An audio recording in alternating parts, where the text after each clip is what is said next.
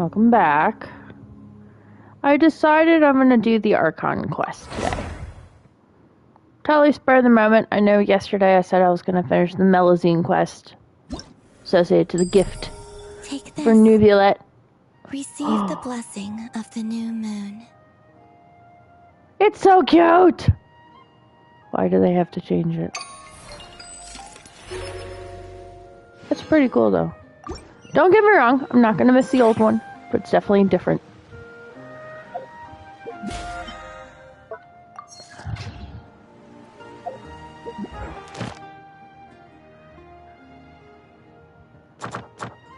We're gonna continue with this awesomeness. Yeah, I have a lot to do, but essentially that. Traveler sales. Of course there is. We are going to pause. Nope. Cancel. So, like before, for anyone who has seen what I've done or has not seen what I've done, I enable focus mode so we don't get distracted. I do not talk over the commentary of all the wonderful people who put into the game. And this is, if I leave any commentary, I will pause the auto read or talk in the middle, among other things.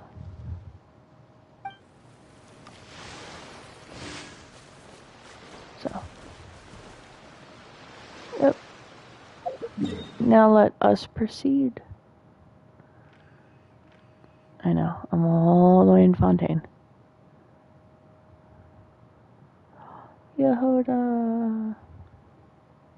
And Flynn's again. We'll get to them. Curatorium. So, if you guys saw any of my video yesterday, where I did little exploring of our new area, I pretty much lit up most of the map. But we're working on it. It's a work in progress. I picked up 2 world quests. Kind of sort of started there. I've been picking up oculi and a bunch of other stuff. So, work in progress. Getting there. Very excited about the map. So, let's continue.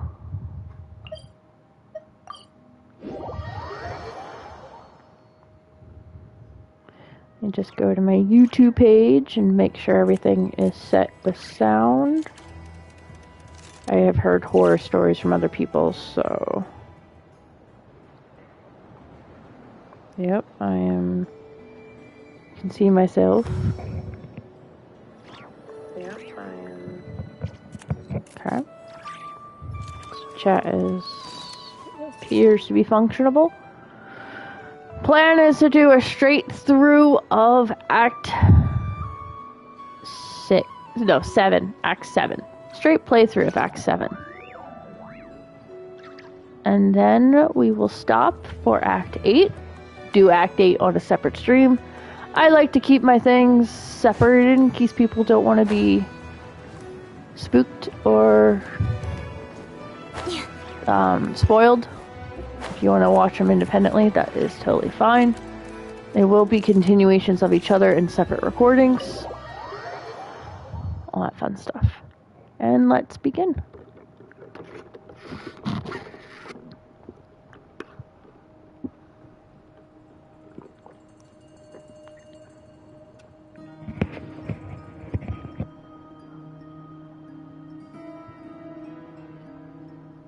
Looks like the gang's all here!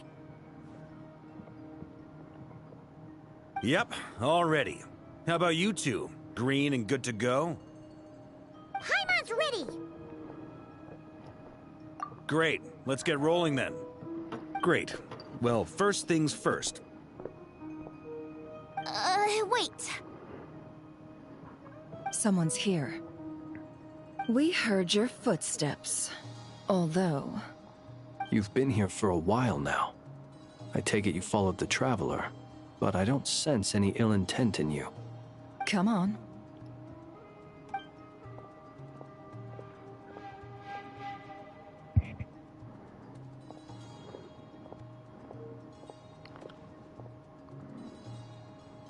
I figured it wouldn't take you long to notice me.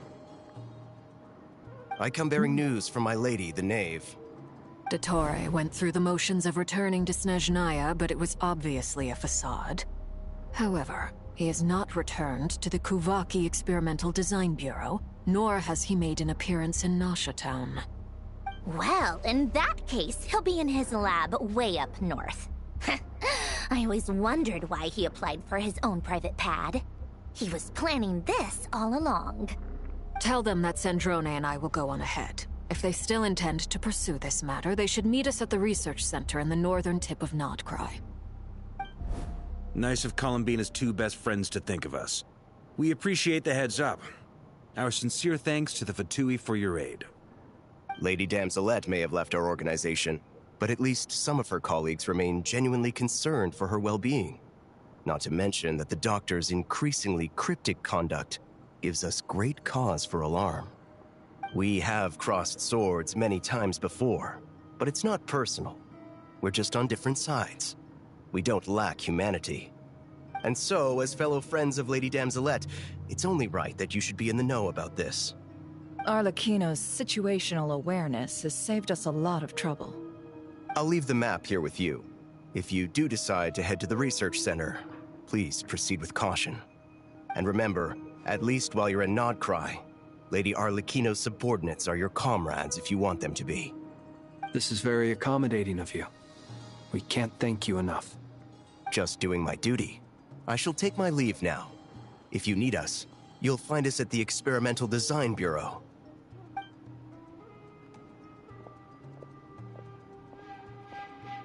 So, the Doctors left the Experimental Design Bureau and headed to some research center up north. Marionette seems to think he's been planning this for a long time. But when did it start? Before he even arrived in Nodcry?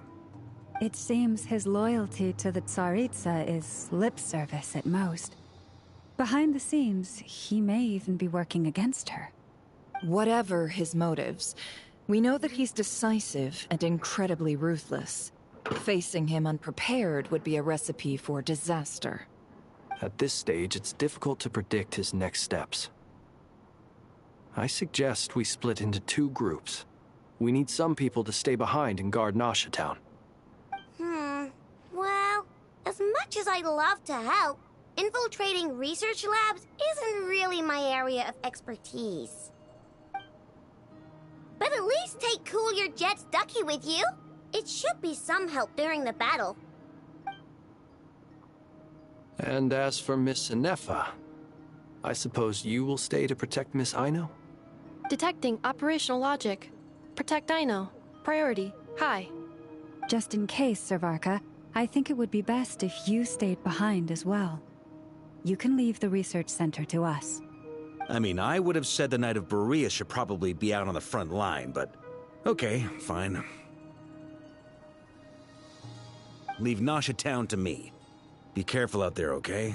If things get out of hand, fall back right away. Yehodo will be on hand to assist you. In my absence, she can handle any intel gathering work. You got it, boss. You guys make sure to get back here in one piece, all right? We will. Things are moving fast. We'd better head off soon if we hope to keep pace.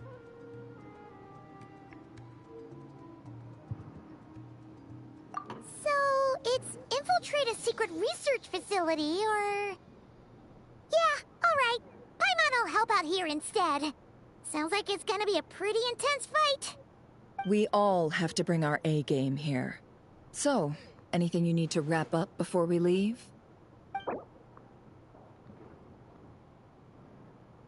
Oh, I'm aware. Then you'd better get going. Very well.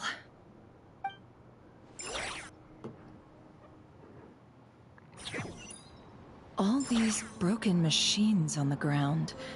Someone got here before us. Could it be Arlecchino and Sandrone? Possible. They are likely. You can see Arlecchino's red flame.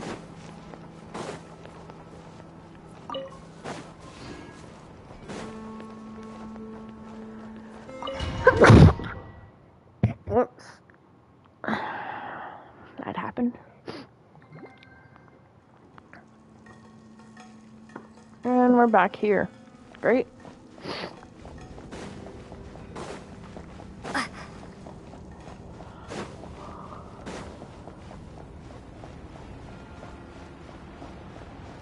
What happened here?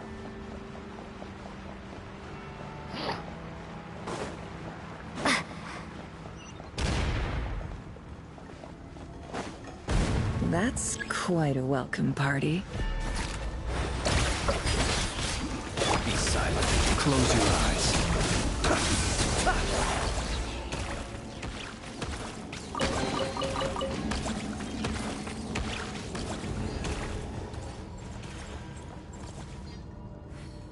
On a wall. Observe. Close your eyes. Leave this place.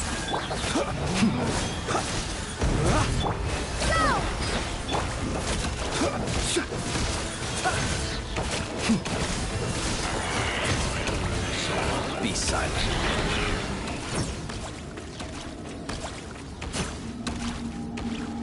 Get back! I said get back! Do you hear me? Why isn't it working? No! Don't come any closer! Don't!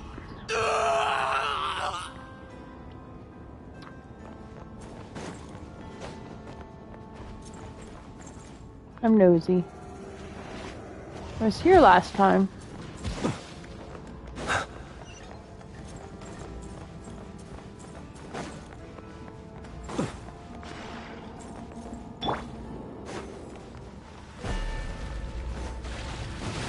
By the frost moon of old. Observe. The long sleep beckons. Be silent.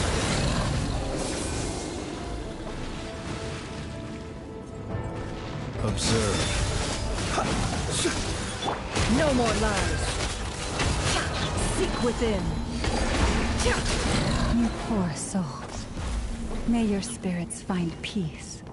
Grab that key on the ground. We'll probably need it at some point.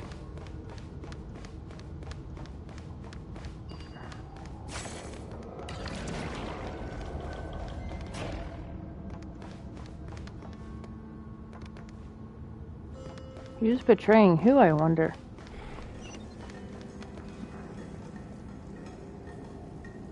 Watch out. Ugh, there's no way through. Let's go around.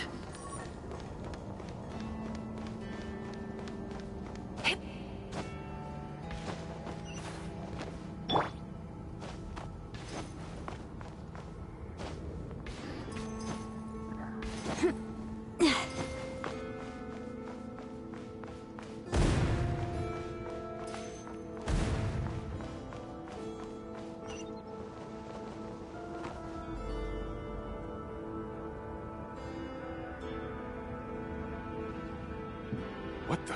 Trespassers? Here? What's wrong with you people? We're looking for the doctor, and we understand he might be here. I see you're fleeing the facility. You looking to settle a score with the doctor? Good luck with that. I don't think you have many chances left. Perhaps. But you might have a chance to live if you start talking. 2 other Harbingers had the same idea as you. They're already inside. But what good is it gonna do? The doctor wouldn't do something like this unprepared.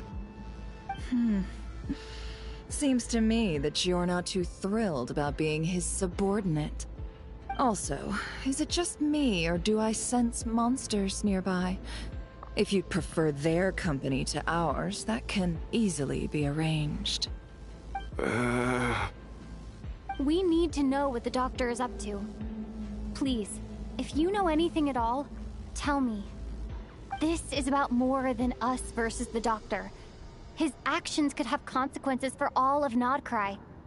And perhaps even your homeland, Snezhnaya.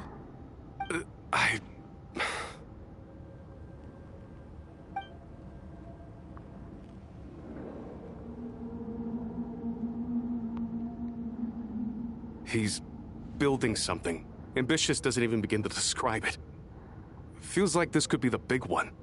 God knows how long he's been planning it. A while back, he told us he'd be returning to Snezhnaya.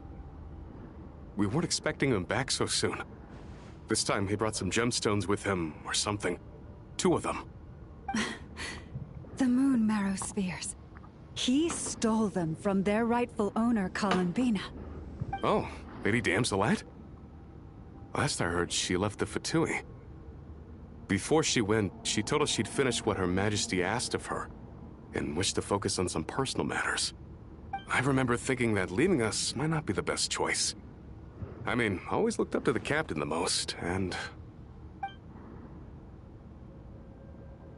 Back when this all started, the higher-ups dispatched 3 units to Notcry to execute their plan. They were led by the Doctor, Marionette, and the Damselette, respectively. I was a part of the Damselette's unit to begin with. She never really interacted with us much. In fact, she seemed sort of detached from everything. Not because she was distracted, just felt like she was indifferent to the world around her. Like she had no stake in anything that happened. She always seemed like she was staring off into the distance. Almost as if she didn't see anything worth living for in the present, so she had to look further afield. That's right. She always used to stare up at the sky. The Doctor used to stand nearby and watch her. Apparently they got along well at first, but somewhere along the way, she grew wary of him. Started avoiding him as much as possible. After she left, everyone in our unit merged with the Doctor's. He's similarly indifferent to the world, except when it comes to the moons. He seems to have big plans for them. Right now, obtaining the 3 moons is his #1 priority. He even said, if he can only get his hands on 2 of them, he'll create a 3rd one himself. How would he create an artificial moon marrow? Maybe the knowledge he gained from the Hyperborean phantoms has something to do with it. Thank you for cooperating. We appreciate the level of detail. I get the sense that you'd serve under Columbina again if you had the chance. Would that be fair? No, she's no longer a Harbinger. As a member of the Fatui, my loyalty will always belong to the Tsaritsa. I'm only telling you all this because I don't completely trust the Doctor. His actions do not align with the goals that first brought us to Notcry. I understand. We'll do everything within our power to stop him. The Knaves unit is based at the Kuvaki Experimental Design Bureau.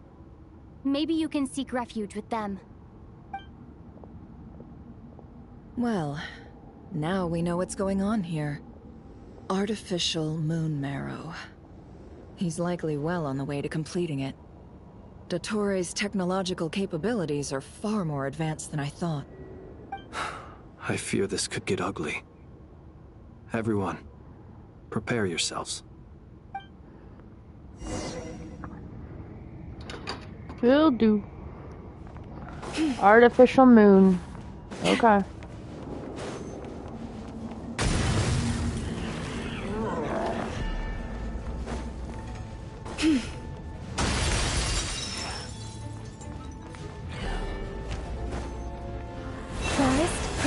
Be silent.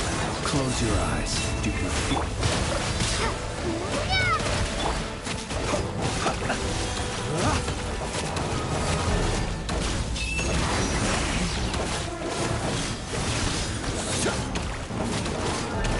Observe. Be silent. Close your eyes.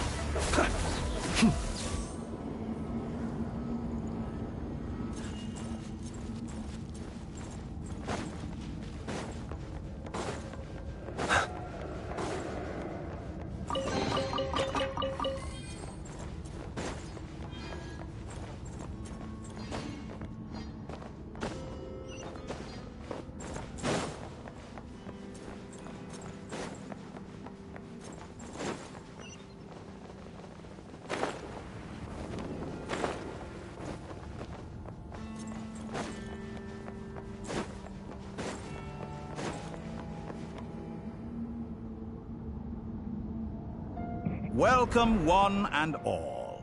I've been expecting you. I hope my humble research facility is to your liking.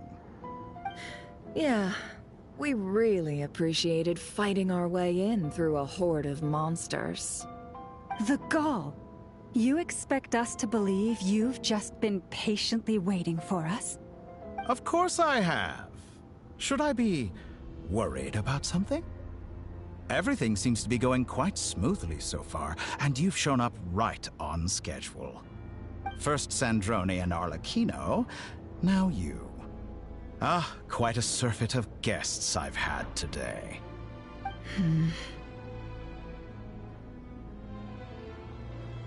If you were looking for them, I should probably mention that Arlecchino disappeared as soon as she entered the facility. As for Sandrone, why, she stood right here only moments ago demanding answers from me at the top of her voice. Hardly out of character. She never was one for basic courtesy. But I have to admit, I was a little surprised to see her showing concern for someone besides herself. Does everyone you associate with undergo such a change in temperament? Speaking as a researcher, I have to say, it is not a change for the better. It threatens one's ability to remain objective.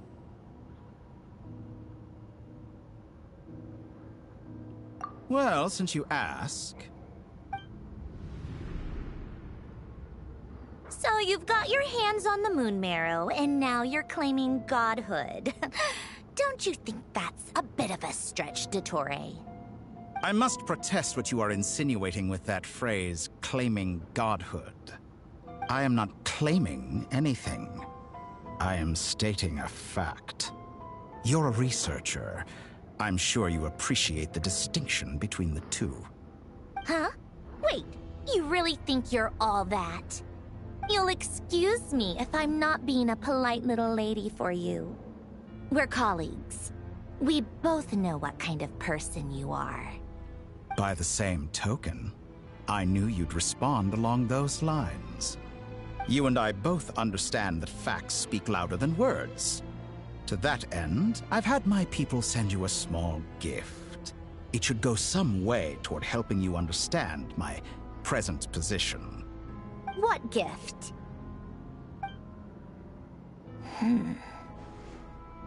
Where have all your troops gone? Who knows? Perhaps they are already marching toward a new world, following in the footsteps of an unknown god. As vulgar and arrogant as you may be, dear Sandrone, I have no intention of taking out my displeasure on your subordinates. They will enjoy equal rights to my own. You sent your people to the Experimental Design Bureau? That's the Tsaritsa's property. Yes, and I am very mindful of Her Majesty's instructions. But you know full well that they do not conflict with my present goals. In which case, all I'm doing is conducting another one of my experiments. Is there a problem with that? Now then, you have a judgment call to make.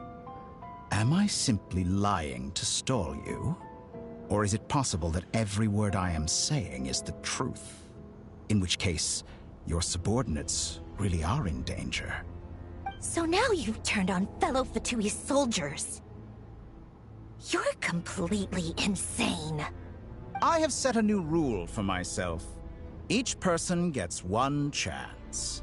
Naturally, that includes you, Sandrone. If you wish to leave, I won't stop you. We are colleagues, after all. Scumbag!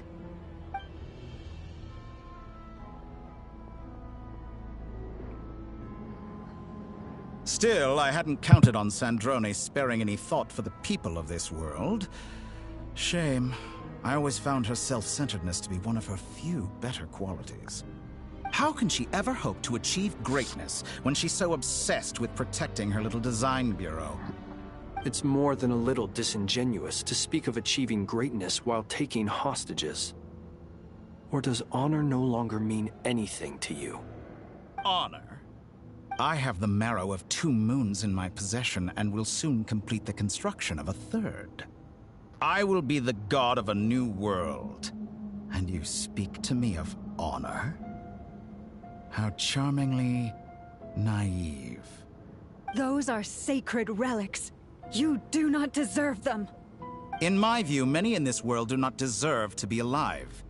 And yet, I mercifully permit them to go on living, do I not?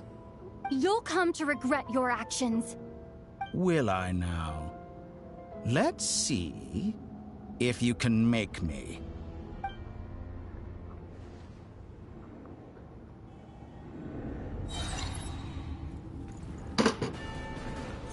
Be silent. Observe. Nightfall. Bombs away! Go! The deception ends here. Can't hide the truth. For the everlasting forest. Is that the best you can do? Be silent. To dust. Observe. Close your eyes.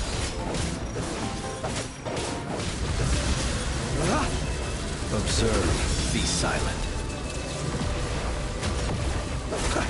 Close your eyes. Water jet! Arlecchino! Thanks for the assistance. Arlecchino. They see you as an ally. What a farce. You're clearly here to destroy my research, not me. I'd say your research is more valuable than your life. Am I wrong?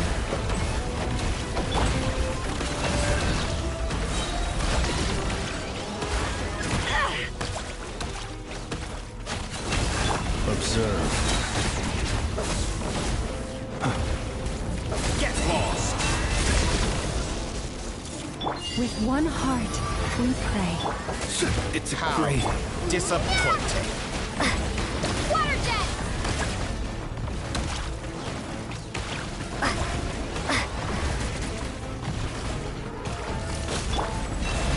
Stay your hand.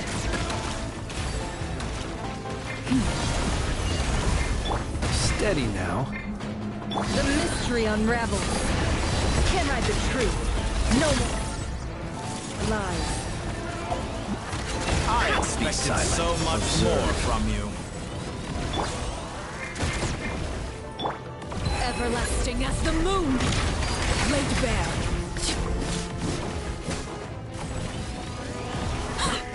Get lost! You poor lost Your lamb. actions For the betray your fear of everlasting me. care. Close your eyes. Night falls.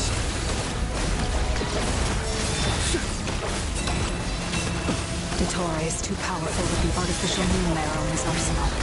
Fighting him is futile. Quickly!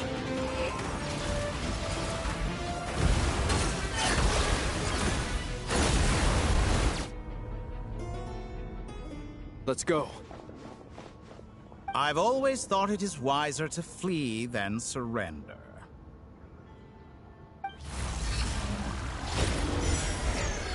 Watch out!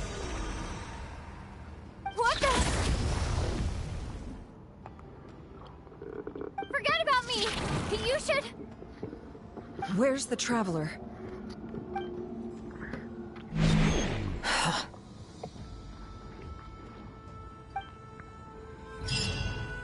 That's where Columbino went, if I had to guess.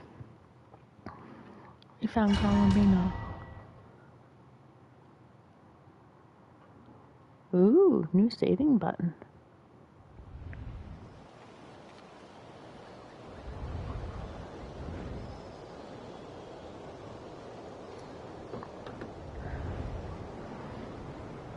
What just happened? Nasha Town? How did I get here? Strange. I remember being trapped by Dottore during the battle, and now, all of a sudden, I'm here. Something weird is going on. I guess I'll start by exploring the area. Huh? Traveler? What brings you here at this hour? Huh? What are you in the mood for today? A hot dog? Or something else?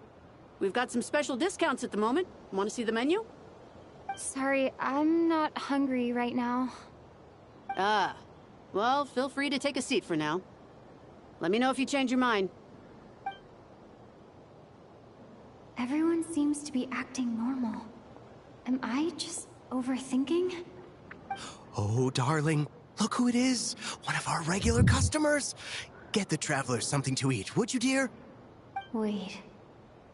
Why is he talking like that? Well, I'd love to, but can't serve a customer unless they order something. Anyway, I take it your business is wrapped up? Yes, thankfully. It was a long trip, and it's left me feeling pretty exhausted. But the upshot is, I won't have to leave again for a good while. We can have some quality time to ourselves. Wait. These two are a couple? I see some kids around too. I didn't know they had a family. Hey there! I haven't seen you in ages! What's keeping you so busy? I've been looking forward to playing with you again. You forgot already? You're silly. Daddy brought you over to our house recently. We had some snacks together. What is she talking about? We've had a lot of customers over the last few days, so we've been real busy. And like my mom always says, some people are more than just customers. They're friends. Oh, another customer's arrived. I better go see what they want. This is all wrong. I never once heard the owner of this restaurant talk about their family. It certainly isn't a family-run business.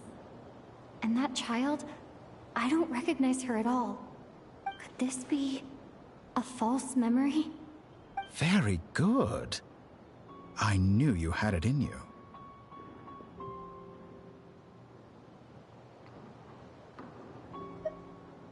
Aren't you going to try the house special?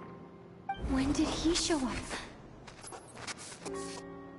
No, none of this is real. You don't seem to like it here. That's fine. We can change venues.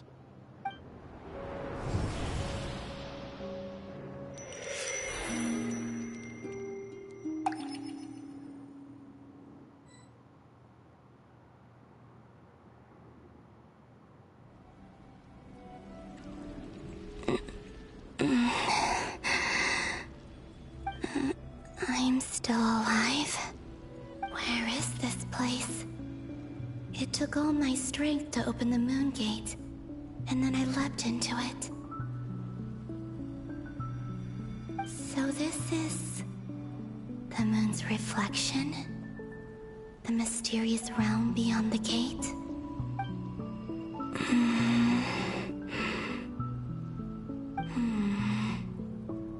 I can't sense anything. I guess I could try opening the gate once more.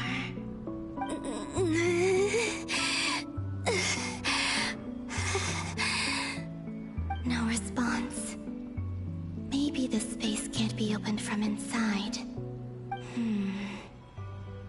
If this was the space that killed both Revier and his lover, then why am I unscathed? Or...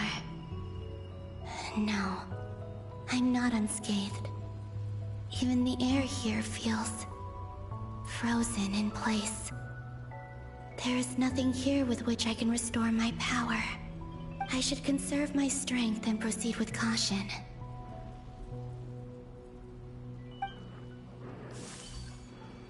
I don't believe Dotori's scheming will stop just because I escaped. If there is any chance that I can get back to the others, any chance at all, I must return.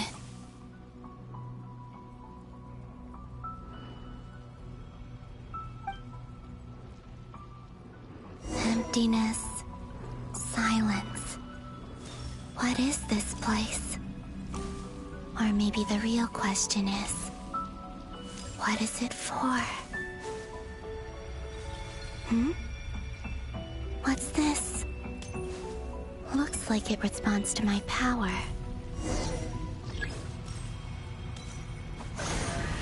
Golden. Like Kuvaki.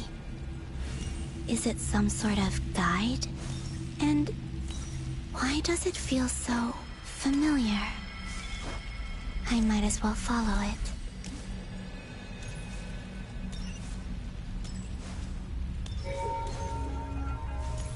Where does this lead?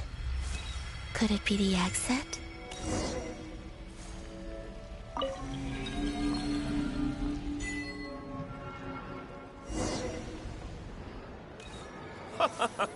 Welcome home, Moon Goddess. Is this Nasha Town? But isn't Moonbriar Night over already?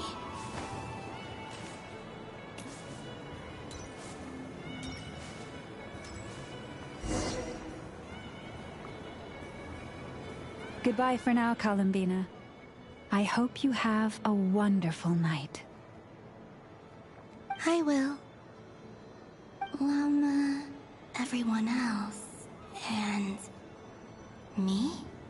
Are these... my memories?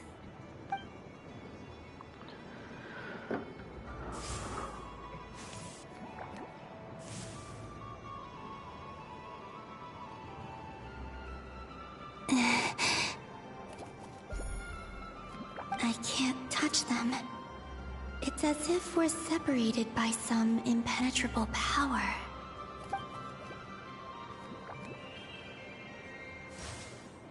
Over here! Over here!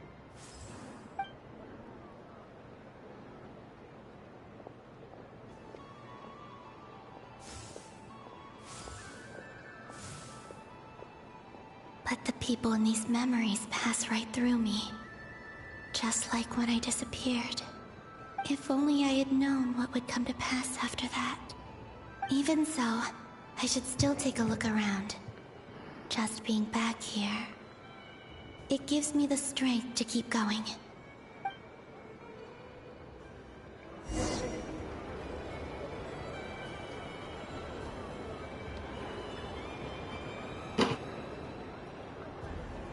Oops.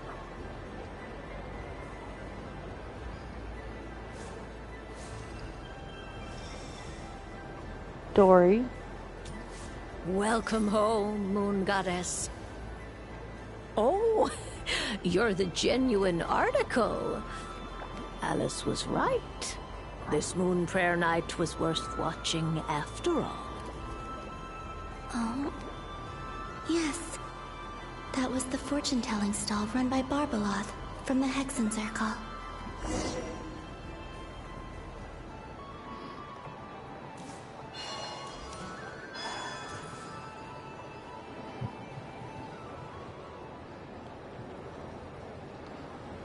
Please, draw the first lunar arcana. This represents destiny and is the foundation for the divination as a whole.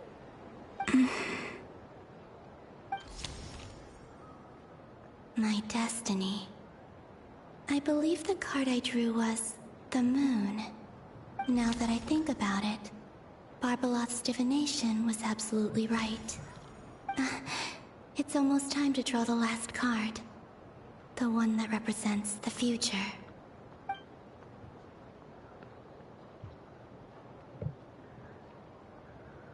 That was the card that popped out on its own. From here, I think.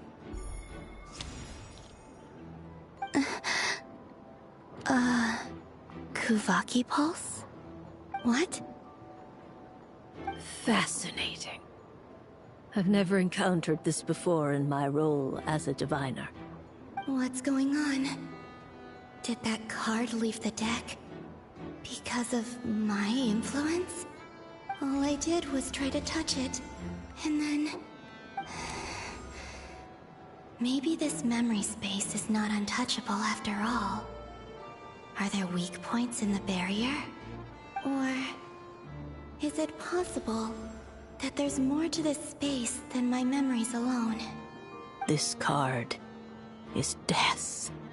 I need to get to the bottom of this. I'll try touching something else.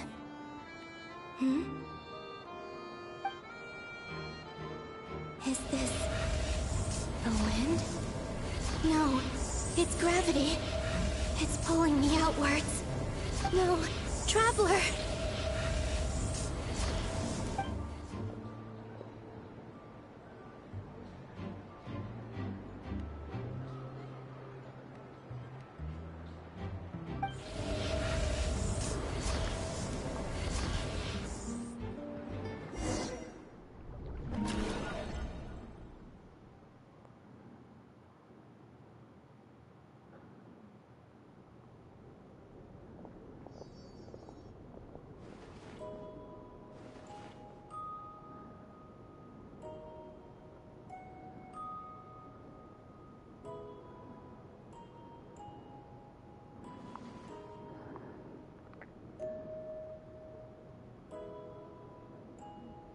Paimon, listen to me.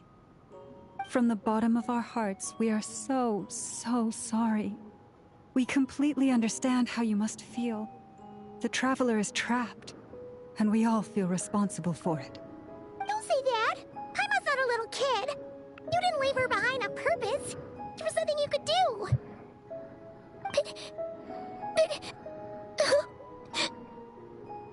She's all alone in there! What if something happens to her? What are we gonna do then? We've barely spent any time apart since we met. Is she gonna die? We must find a way to rescue her. We were all involved in the operation where she was captured, and we do not abandon our comrades. That being said, it won't be easy. Through conversation with the others on our return, we've arrived at a basic idea of what we're up against. Dottore lab has clearly been in operation for a lot longer than we realized. We found many monster samples stored there. In all likelihood, they were materials he used to research his latest technology.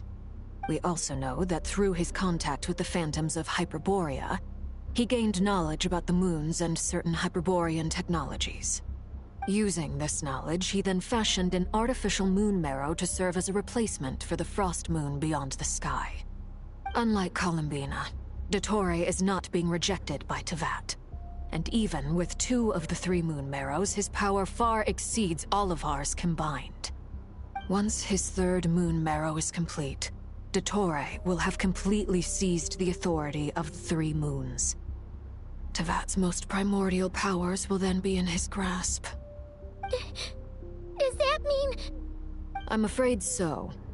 No one could have predicted this level of insanity. Not even from Dottore.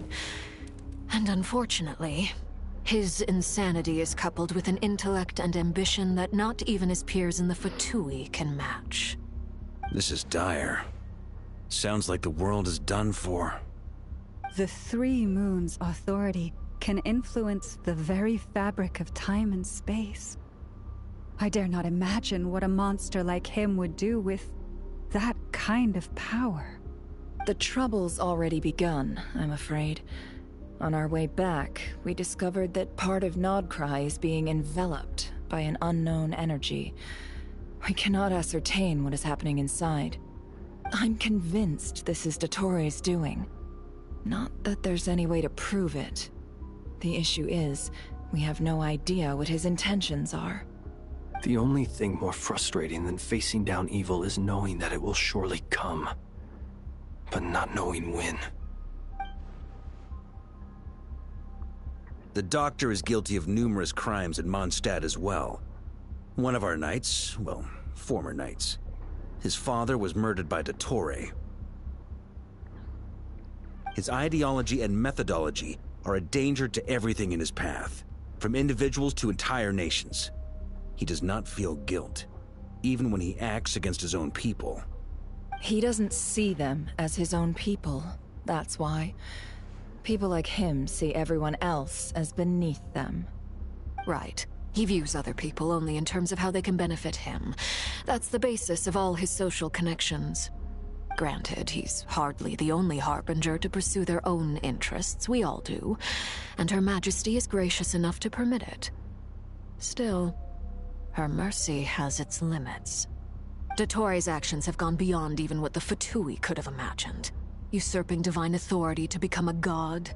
For a servant of the Tsaritsa, that goes beyond being disloyal. It's treason of the highest order. We can't expect him to heed the Tsaritsa's will once he gains the 3 Moons' authority. Even we Harbingers consider him the most self-interested among us. Poor Traveler. Of all the people to get caught by... We have to go save her! Right now! Please! We gotta find a way! Paimon, I promise you, we are with you all the way. I get how you feel. I do. But it's gonna take more than strong emotions to take down an enemy like Dottore. What we need now is more information. Right. We can't even guarantee he's still at his research center. Before we can think about mounting a rescue operation, we need to confirm the Traveler's location. I'll find a way. Paimon knows, but... She's so Traveler. She might be the strongest person Paimon knows, but she's still human. She feels pain and bleeds just like anyone else. Then think things through before you stick your neck out. Unless you want to lose your head. Sandrone. Miss Sandrone, you're okay? Put the stuff over there, and be gentle with it. Am I okay? As you can see, I've had to move my whole livelihood out of the Experimental Design Bureau. It's been swallowed up by Dottoro's energy field. If I'd left it any longer, I probably would have gotten stuck there. Ugh, Dottore always goes a little loco when he finds a shiny new toy. Not that he'd ever admit that. But this time, he's gone full psycho.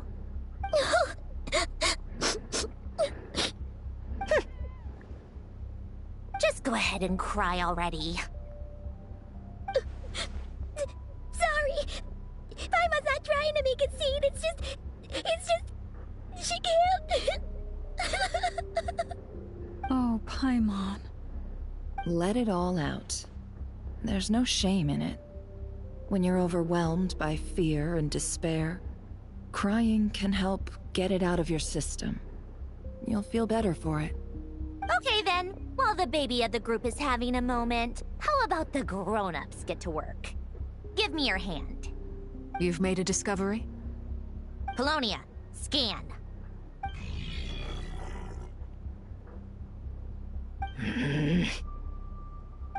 You, hand, now. Oh, I thought you'd never ask, my lady.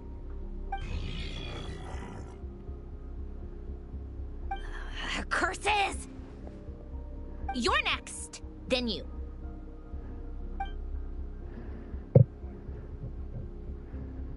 Dottore, you son of a... He's done something to us!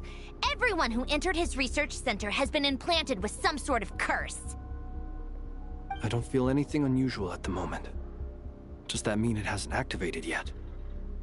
Is there a way to figure out its purpose and what might trigger it? My best guess is Dottore created it using the Moon Goddess's powers. 1 second, analyzing. Ugh! That friggin' maniac! So, what twisted game is he playing this time?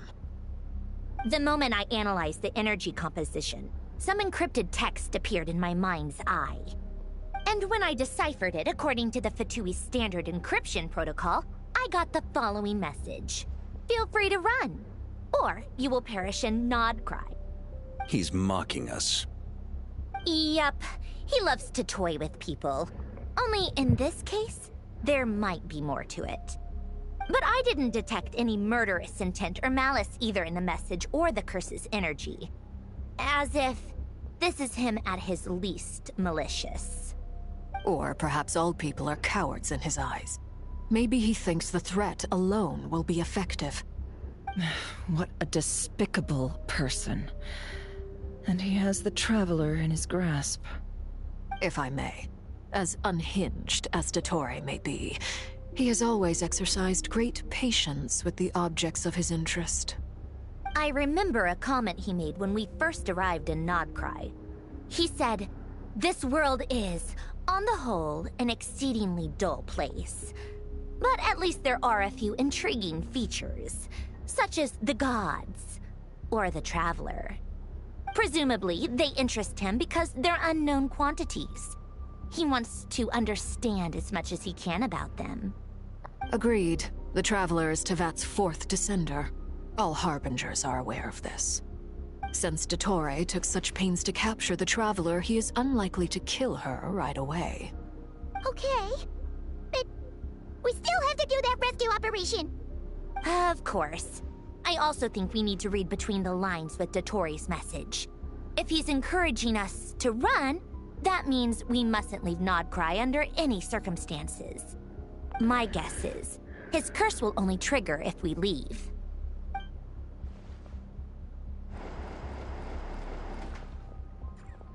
We've discovered multiple energy fields.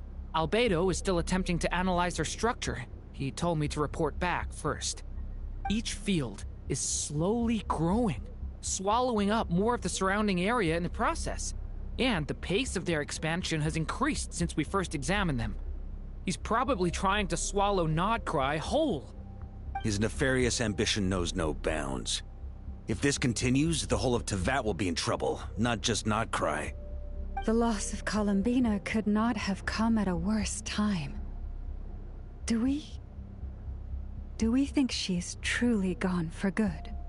She entered the space beyond the Moon Gate, knowing what became of Rerir and Thelindis.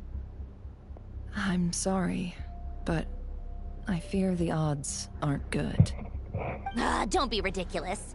If I know her, she's busy finding a way back as we speak just so she can annoy me. She isn't dead. Whatever has become of her, the fact remains that we are two comrades short on the eve of a decisive battle. We need to find out the Traveler's location, but there is also other work to be done. Agreed. Whatever Dottore is planning, we have to get the local populace somewhere safe. So, as well as a rescue mission, we have to organize a mass evacuation at the same time. It would be best if someone could approach leaders of neighboring nations and negotiate emergency asylum for Nodcry's inhabitants. Can anyone handle that? Snezhnaya is one option. I'll see what I can do. This would be so much easier if the Traveler was here. No!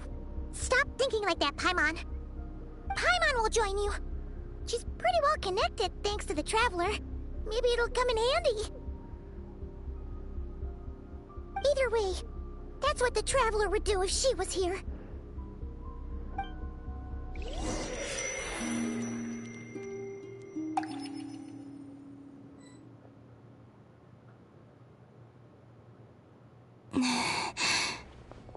Back here again. That gravitational force that pulled me back. Is this where it came from? When I saw that memory of Moon Prayer Night, I think I influenced reality. Was it just a coincidence? Or... if only I could have sent the others some kind of warning on Moon Prayer Night. Maybe we could have stopped Dottore. I feel... so heavy. Does entering that space consume a lot of energy? Well, even so, I have to keep moving forward. Back to emptiness and silence again. I should try and find my way back inside that memory.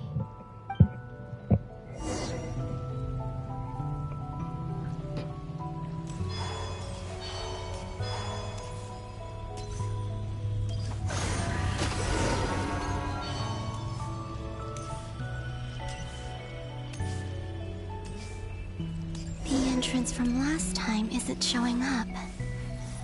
What am I missing? Looks like I need to gather these scattered fragments.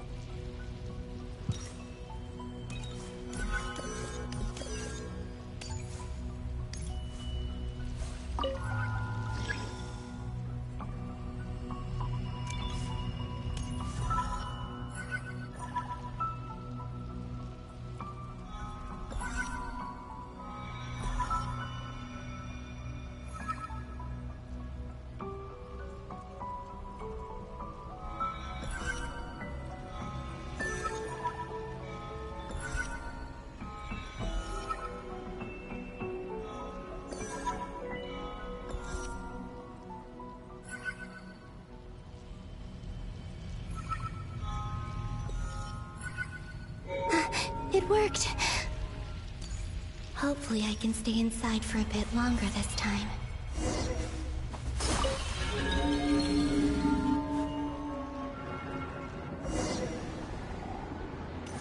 Ad Astra Abyssosk. Welcome to the Adventurers Guild. What? This doesn't look like Moon Prayer Night. Extra, extra! Latest issue of the Nausea Express!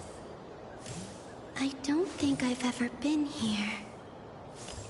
Maybe this space isn't comprised of my memories after all. There aren't any festive decorations around. Is this Nasha Town after Moon Prayer Night ended? Did Dotori's plan not affect the town? Or is no one aware of what happened because he used the Three Moons' authority? Let me see if I can influence anyone else. So, what do we do next? Wait, that voice. Paimon? The most important thing right now is to find that mage. Lauma, the Traveler, and Mr. Varga are here too. I'd better go pay the Fatui a visit. Traveler!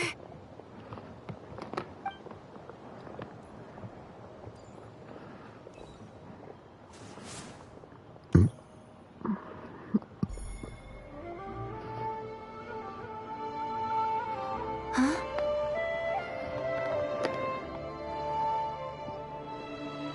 Columbina? I made contact. It's me, Columbina. Huh?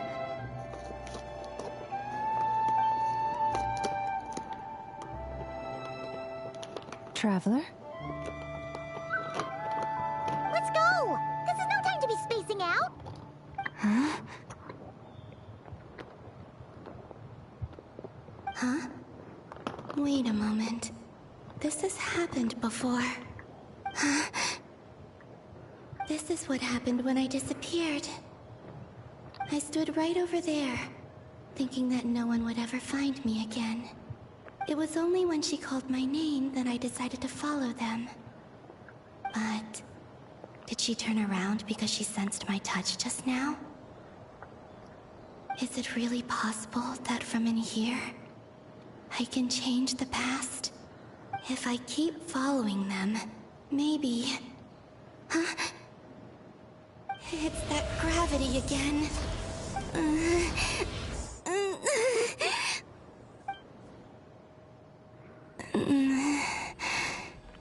Every time I influence reality within that space, this force intervenes and pulls me back.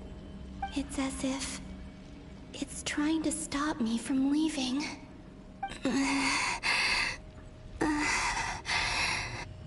I'm getting weaker and weaker. I'll just have to try another approach next time. Come on, Columbina. Keep going. You have to tell everyone what happened.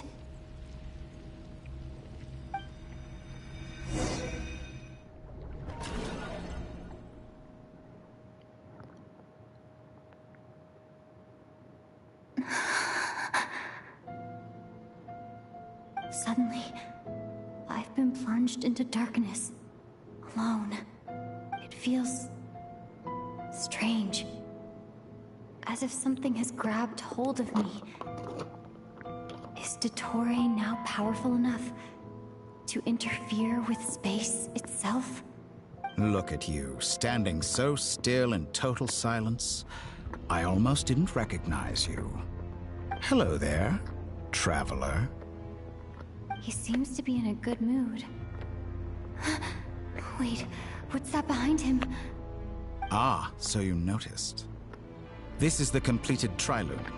2 primordial moon marrows and 1 artificial specimen. You are wary of it. Good. Maintain that reverence. You performed well in that recent battle. Brave and reckless as always. Courage is the sign of a true hero, and impulsiveness is the hallmark of those who strive to advance. I say this not to belittle you.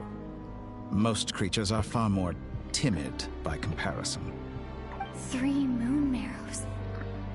Does that mean the artificial one is now complete too? Well spotted. What do you think? For a replica I built myself, I dare say it looks the part. Dottore, are you planting illusions in my mind?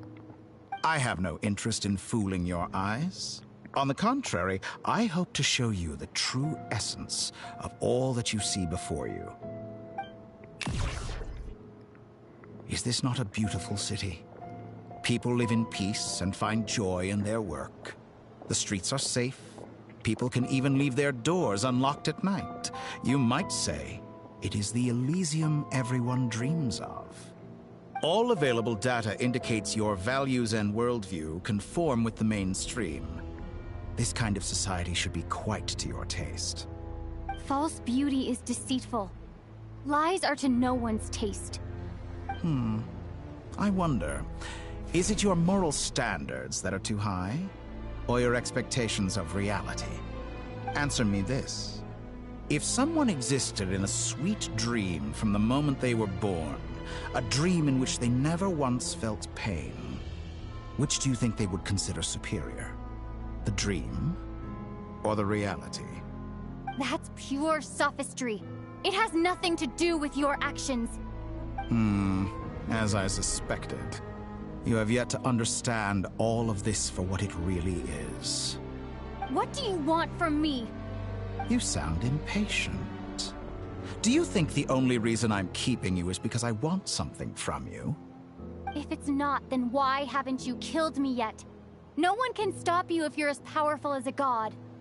I'm delighted you recognize that fact. I believe we last squared off in Sumeru.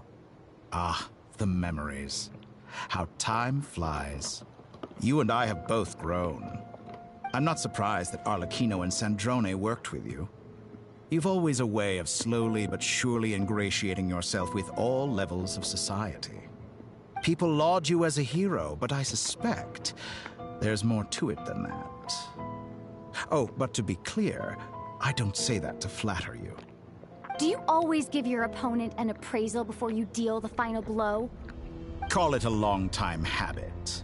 I'm a researcher, and one of my duties is to give an objective assessment of my subjects. But you misunderstand. We are not opponents. Not at this moment. I just want to talk. Think back to Tartaglia, Arlecchino, Capitano, Colombina, and now even Sandrone.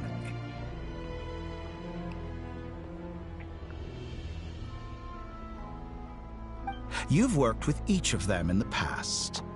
I believe you can work with me as well. What makes you so sure? Well, why not? Should the good associate only with the good and the bad befriend only the bad? I like to think we could have a more mature relationship than that. Surely you don't think all your relationships are grounded in friendship or shared ideals? People come together because it benefits them to do so. If you think of the people you admire, you must surely admit that they have provided some benefit to you. Morality, ambition, dreams. People have plenty of words to embellish the nature of their relationships. But once you break free from those ethical frameworks, you will see that the only thing connecting the two of you is mutual benefit. And that is what I'd like to talk to you about. We're finally getting into it. He's probably been planning to kidnap me for a long time now. But for what exactly? He has the authority of all three moons. I won't be able to gain the upper hand in a fight. Best if I pretend that I'm willing to negotiate for now. You say you're a god, but you also speak of mutual benefit. What could a god want that the three moons cannot provide? Excellent question. But before I answer, I would ask you the same thing. Gaining Colombina's allegiance was a rare and extraordinary feat. But the Moon Marrows are now in my hands, and I have the edge over her. For this artificial moon is not being rejected by Tevat. Her identity and lineage may have been a thing of glory in the old world, but they were also shackles that prevented her from ever integrating into Tevat. I, on the other hand, you may view me as a thief, but I have overcome that limitation. So what is it that the three moons cannot grant you? What stops you from negotiating with me to get what you want? I don't make deals with lying psychopaths. That's quite an accusation. Are you expecting me to get angry with you? Well, this is one aspect in which my personal growth has served me well. In the past, my less mature self might have been disappointed, perhaps even angry, over a small setback like this.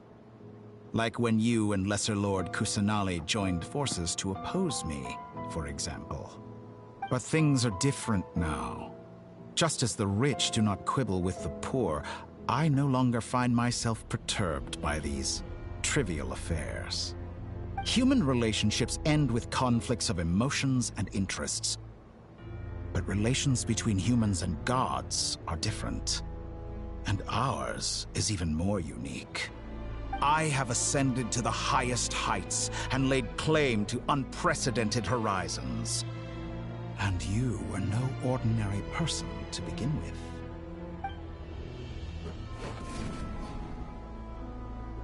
Allow me to show you the world, Descender.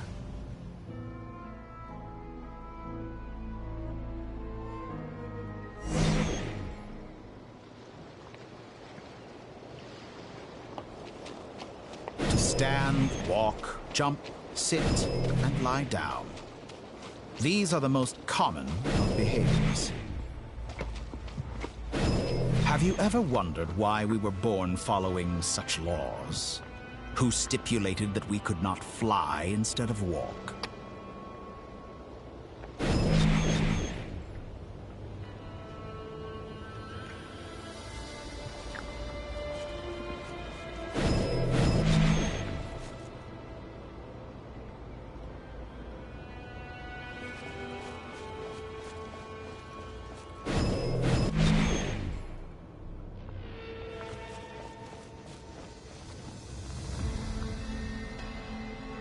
Someone of your talent and experience must surely know of the 4 great rulers who serve the heavenly principles. They govern life, death, time, and space. One wounded by a blade will die from blood loss or infection, and one who falls into a lake will drown in agony. The elderly wallow in solitude, and the solitary age faster. Eventually, new life is born, only to embark on the same path of suffering. These 4 divisions anchor the world and shackle those who live in it. But they themselves transcend its boundaries, squandering the power bestowed by the heavens. All who live yearn for equality, but unless the gods prostrate themselves and profess that they are mere servants of the living, equality can never exist. Who makes the rules we must live by? Who has the right to restrict us? The limits of the body can be rejected.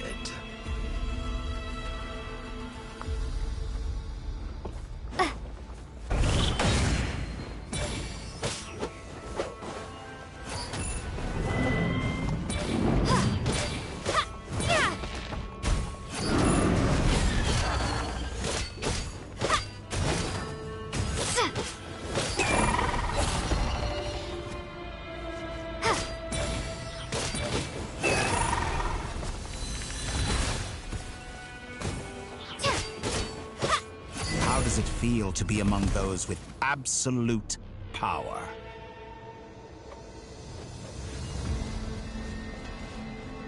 You cannot conceive the extent to which your flesh hinders your mind and spirit.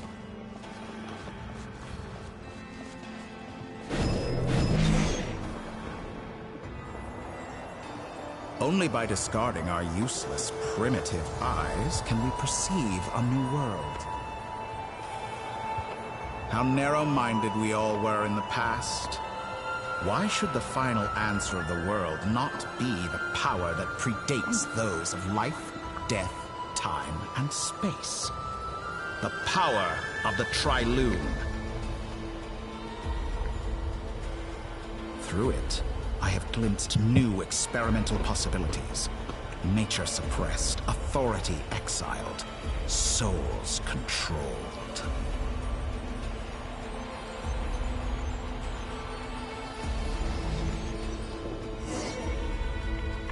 You know, I heard recently that a group of critics reviewed countless stories and drew an interesting conclusion.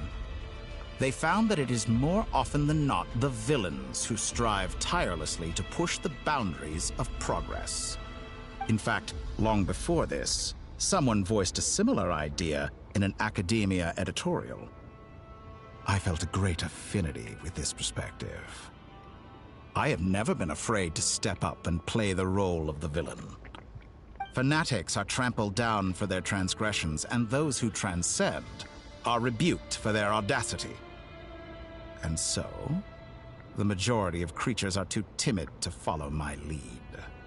But all sacrifices made during my experiments have been worthwhile, as you can now see. I can offer you something new, something unique, precisely because I am a villain. Think about it. We are eternally bound through mutual interest. Can you truly say you would never turn to malice if it could give you the life you dream of? After all, what value do perfection and purity really have? They are fragile and feeble things, utterly tedious. I say, better to be governed by a flawed humanity than a gnosis. The true seeker of knowledge is the villain who undergoes countless tribulations in pursuit of their goal. I'm sure many people have told you that you're different. Because I'm a descender? Exactly. Very clever. But what has that got to do with you? I do not conceal my wicked deeds, my selfish desires, or my greed. A true researcher must act as I do if they are to understand and speak of the truth. And yet, a knowledge seeker like myself will inevitably grow tired of studying Tevat beyond a point. You have traveled to all corners of the world and met many people. Along the way, there have been moments when you were misunderstood or even became a wanted criminal. And all the while, you have spent your days doing some of the most mundane jobs in the world. You fight and toil, claim minuscule rewards from my friend Pantalone, then you fight some more, winning some battles and losing others as your search goes on. And this cycle continues, with no end in sight. Surely you must sometimes grow weary of being stuck in this same loop day after day. We're completely different. I embrace everything that life throws at me. I am engaged in every step of my journey. How does that make us different? I too embrace what life brings, researching everything that interests me. Think of all the novel things I've managed to create, like the artificial moon marrow. Don't you see? As unique a specimen as she was, even Columbina is not irreplaceable. Take that back! She's gone because of your actions! I didn't say that to anger you. Though admittedly, I don't see what there is to be angry about. Anything Columbina could do for you, I can do better. I know what your ultimate goal is. You wish to walk the path your brother walked, and seek answers from him at the end of that journey, don't you? Someone like you could never understand what it feels like to care about another person the way I care about him. Perhaps not. But that doesn't mean I can't help. I could find your brother right now, bring him before you, and make him give you the answers you seek. Don't be so presumptuous. You'll never begin to understand the situation between us. Oh, no. This is no presumption. I'm only offering what I know is possible with the power of the Trilune. But it seems like you would sooner continue with your journey through this world. Why? Do you truly desire this journey? Or is it simply a necessary process from which you cannot escape? Think of all the time and energy you have spent, everything you've had to endure just to make it this far. Is this really what you want? Or has your hand been forced by the promise of that final answer? Yes, you have made many friends. But do they ever spare a thought for the void in your heart and what it yearns for? What you want is not friends. It is family. But do they know this? I, on the other hand, am far more considerate. Join my experiment, and in return, I will bring your meaningless journey and all its struggles to an end. This is a malicious attempt to manipulate me. But at the same time, he's stating some very human truths. Of course, he's right about my predicament. How can I deny it? I have faced ungrateful strangers, never-ending troubles, an endless quest for answers. I want to see him. After everything I've been through, words can't describe how much I miss him, how much I want to be reunited with him. Wherever you are right now, do you miss me too?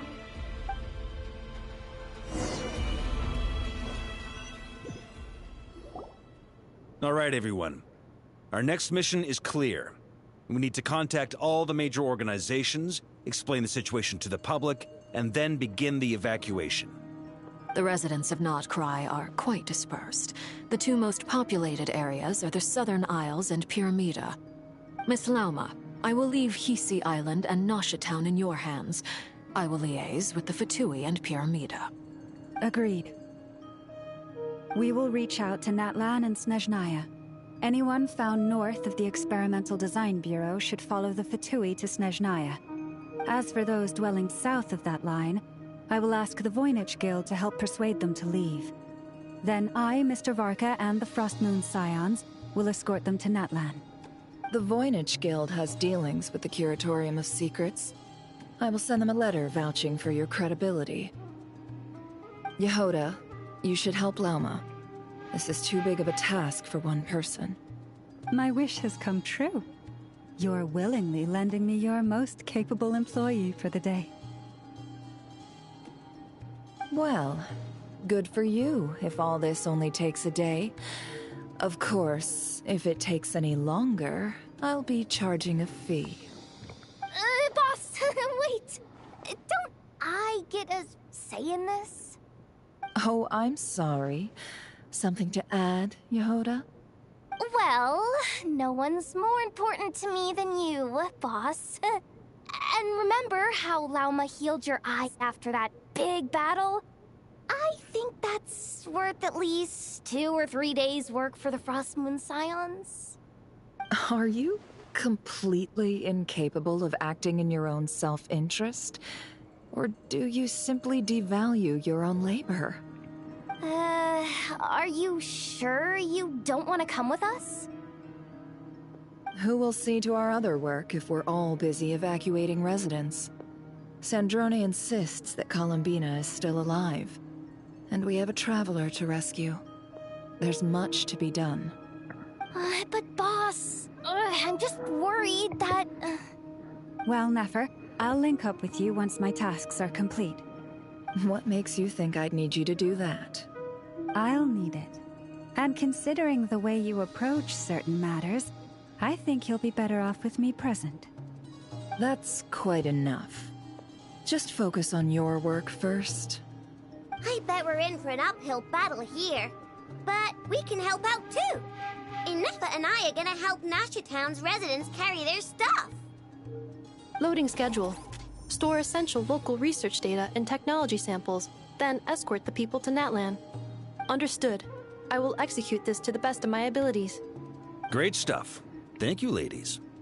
I've contacted the Lightkeepers. A colleague of mine will join us shortly. I will persuade them to conduct a thorough search of the region to ensure that no civilians get left behind. As for me, I guess I'll be making an early return to Sumeru. I think it's important that someone informs the Dendro Archon of what's going on in Notcry.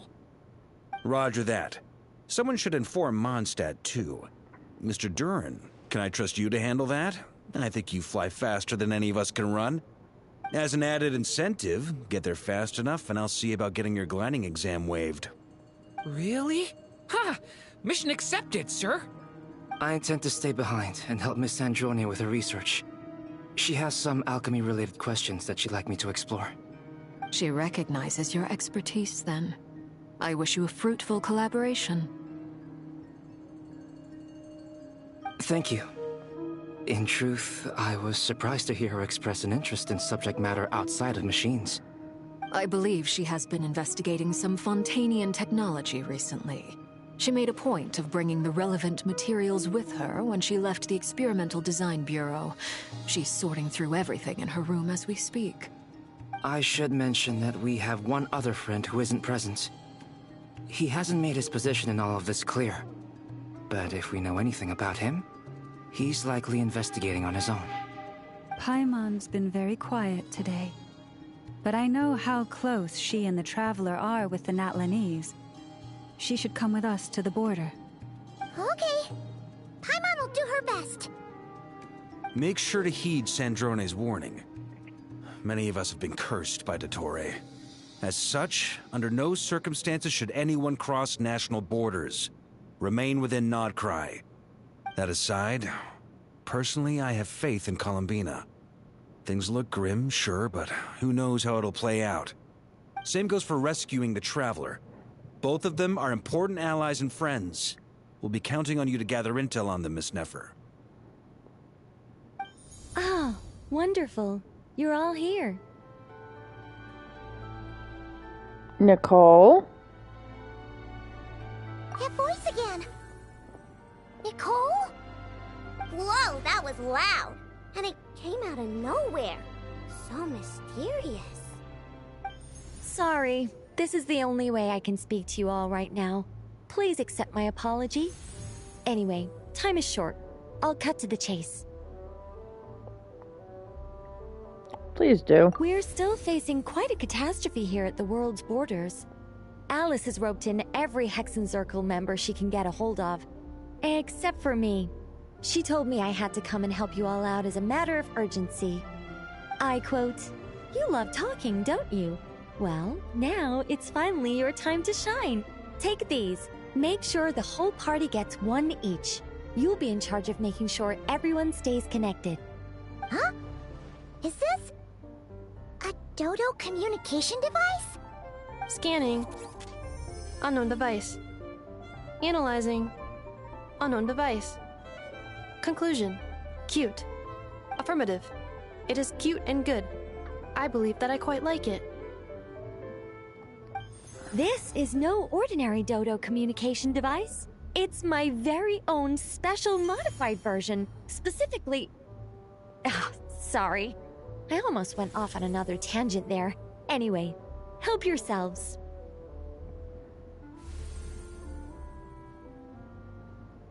It will allow us to communicate over long distances within Nodcry. No more worrying about shuttling messages back and forth. What astounding technology. Am I right in assuming that it relies on your personal abilities to function, Miss Nicole? Yes, exactly. Right on cue, Albedo. I'd love to brag to you all about how it all works. But no, next time. Anyway, I'll be right with you all, serving as a communication hub. That's all from me. Head off as soon as you're ready. I'll be staying here to keep watch, and I'll be sending you my blessings.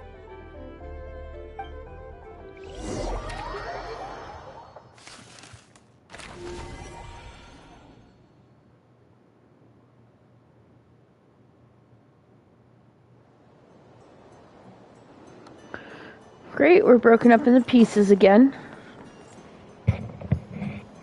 There's his friend, which we met yesterday in my stream.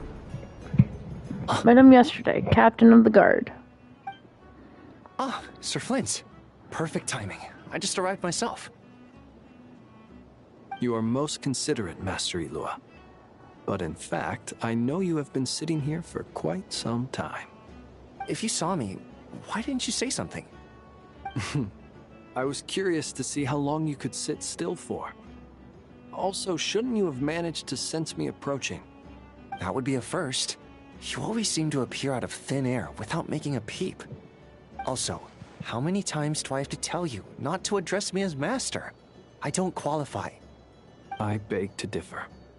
Why should a young man so well versed in social graces as yourself not be worthy of that title? Please, Lord Flint's... Sir Flint's... I'm begging you, don't flatter me into complacency like you do with everyone else. You understand me better than most. My newest acquaintances tell me I love complimenting others. What do you think? I think they don't understand why you do it. You just love puffing people up till they're a big, happy ball of hot air that floats away into the sky. In all sincerity, I can only hope that they bring good tidings when they come back down to Earth. Is the situation that bad? We just held a strategy meeting. Let me fill you in.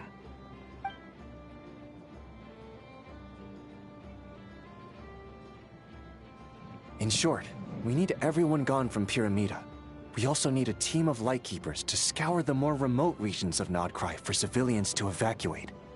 I only hope we have enough personnel. We do. Old Man Nikita will definitely help. And we can recall anyone out on patrol to focus on this instead. Good. I'm sure you and the others will make short work of this. Now, don't forget. Once you've completed this task, make sure you and the rest of the team evacuate to either Snezhnaya or Natlan as well. Flint? If you've got something to say, Master Ilua, why not guess what I'm thinking right now?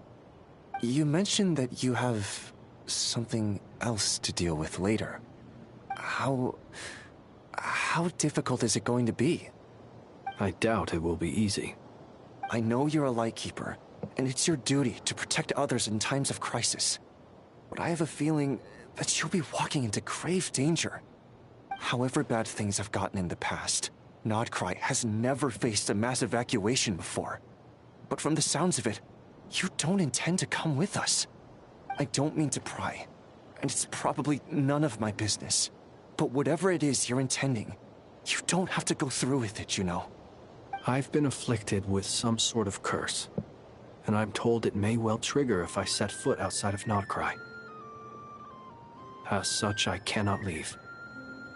I have to act, if for no other reason than to fight this curse. What? No. Why? Why would anyone want to curse you?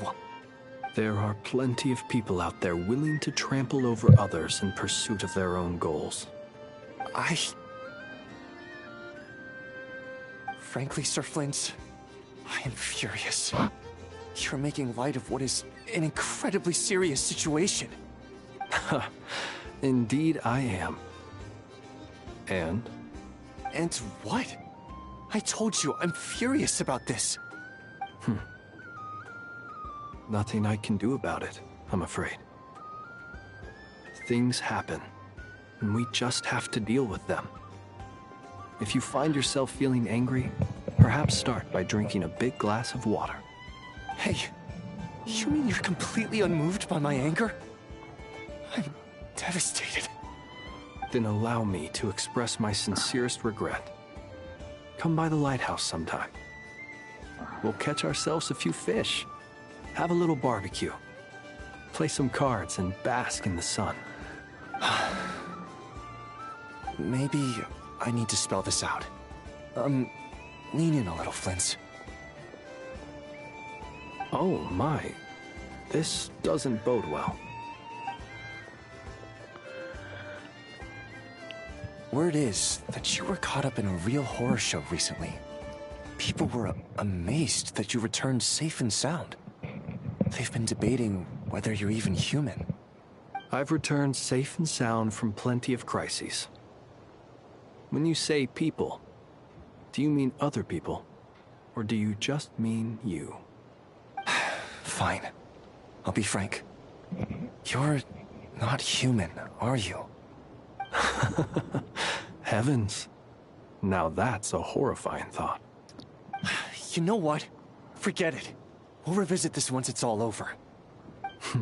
A sound plan. Albeit a little ominous sounding. Just promise me you'll come back in one piece, all right? For you, Master Ilua. How could I refuse? Also, please pass my regards on to our colleagues. Tell them, thank you all for your assistance. Please put safety first as you proceed with the operation.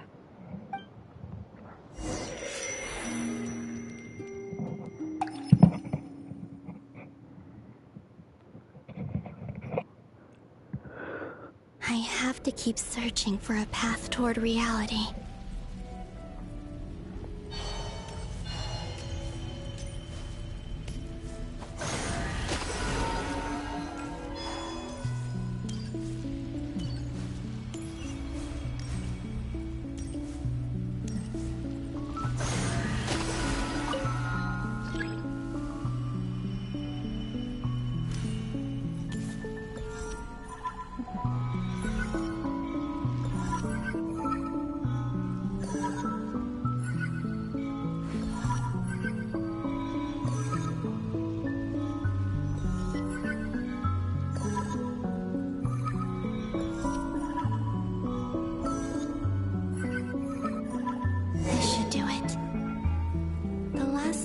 I tried to influence reality in this space. It consumed a lot of Kuvaki. I'll try and be more careful this time. I need to leave key clues behind using less power. I hope everyone still remembers what I said on Moon Prayer Night.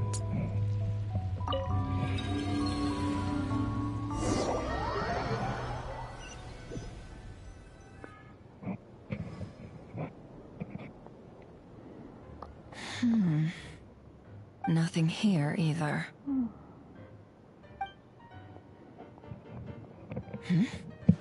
Flints? Ah, Miss Nefer. What are you doing here? Unless... I just spoke with Itlua about arrangements for the search and came for a walk nearby. As for you, why would... It appears we think along similar lines. And neither of us likes to accept things at face value. As well as figuring out how to gather intel on the Traveler, I wanted to confirm some of my own suspicions. Also, we'll need to bring a lot of force to bear against Dottore, even if we're only looking to rescue the Traveler. We can't leave anything to chance. You don't think Columbina perished either, do you? I'm merely considering the possibility that she survived, just as you are. How much can we really know about a deity like her anyway? Do you remember what she said on Moon Prayer Night? About using moonlight to send messages to us? Of course. I think that's why we're both here. Where have you checked so far? I've been focusing on the outdoors. Anywhere the moonlight shines. I checked most of Nasha Town, but didn't find anything. I checked the Curatorium of Secrets, and a few rooms where I thought I might find some leads. But no luck here either. The only places I haven't looked yet are the rooms in the flagship. But process of elimination isn't the only thing that brought me here. Oh, really? What's your other reason? After all that build-up, our mystery ally never showed up even once!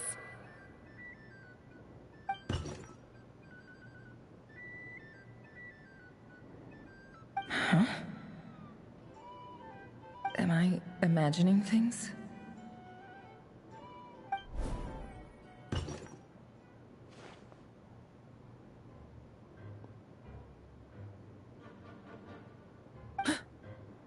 Come on, let's see what's going on. Oh no. I knocked over a vase as soon as I came in. It must have been caused by a Kuvaki fluctuation when I entered the space. Although, it seems like I'm not about to be pulled away this time. It looks like as long as I'm careful with my actions, it doesn't count as influencing reality. Anyway, is this the flagship? The Traveler mentioned that's where she was staying. I only went into the lobby last time, so I've never actually been here before. How does this space work? If nothing else, I can now be sure that it is not simply memory. She mentioned where her room was. I think it's... this one.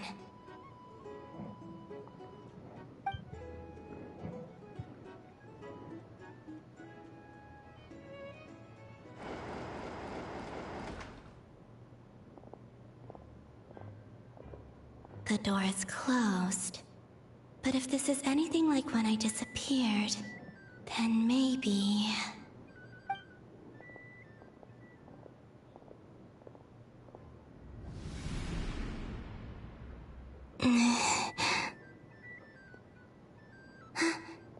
I'm in. She and Paimon aren't here at the moment. I hope she's okay. I wonder what happened to her after that battle with Dottore. Best not to dwell on that for now. I need to try and leave them some clues.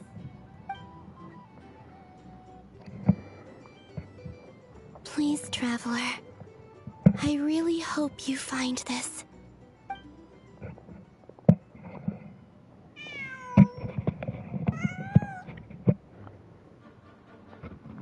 Huh. Just a cat. Nothing else here strikes me as noteworthy. Didn't you stay here for a couple of nights once? Before Rerir showed himself, yes. It's also where the Traveler and I first met. Did you notice anything unusual during your stay? I remember thinking how much noisier the flagship is at night compared to the graveyard. Other than that, no. Traveler and Paimon were most congenial neighbors. This is where they've been staying, yes? Over here? That's right. I wouldn't usually condone breaking and entering, but we can make it up to them later. Focus now. I have to write a message on the wall using Kuvaki, just like I said on Moon Prayer Night. Simply open your windows on nights when the moon shines bright, and the moonlight will naturally flow towards the words I have written. Here goes. I'll need to carefully control my strength.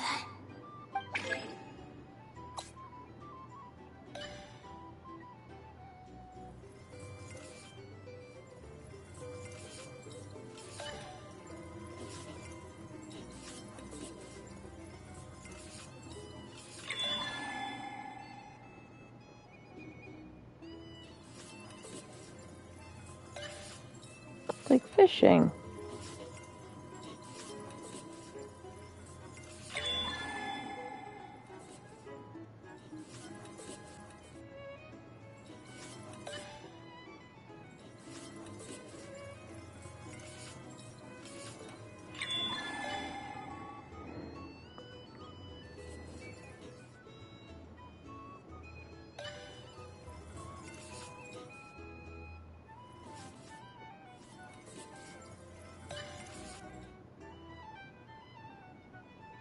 This looks like words. Why does that look like a ceiling and not a wall? There's a noise outside the door. Is she back?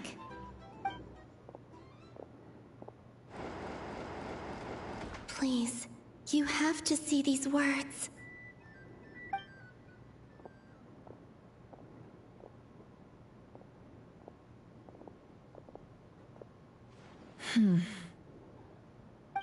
Well, do you sense anything? Unfortunately, no. And this place was our last chance. Not necessarily. We've only looked in Nasha Town so far. Miss Columbina said she would leave messages at her friends' dwellings. It's still worth checking where Miss Lauma lives and where I live. Let's try and make some time to look into those then. Wait. What are you waiting for? Oh, Paimon might have overeaten slightly. What's that look for? This is a victory feast. It's normal to eat a little more than usual. The Traveler and Paimon. It's really you. But why are they talking about a victory feast? Huh. You worried Paimon sick while you were out there fighting Rerir. So this is your chance to make it up to her, alright? Wait. So this is the night after the battle against Rerir. How did I end up here? That's quite a long time ago now. Wait. time. That's it. Every time I've entered reality within this space, it's been at an earlier point in time. Every one of those points has been before I fell into the moon's reflection. And everything I've done to affect reality really did happen in the past. Does this mean that within the moon's reflection, time flows backwards? Starting from the moment I fell in? Not long till Moon Prayer Night now. It's gonna be even livelier than tonight. Although, it's gonna be sad saying goodbye to the damselette.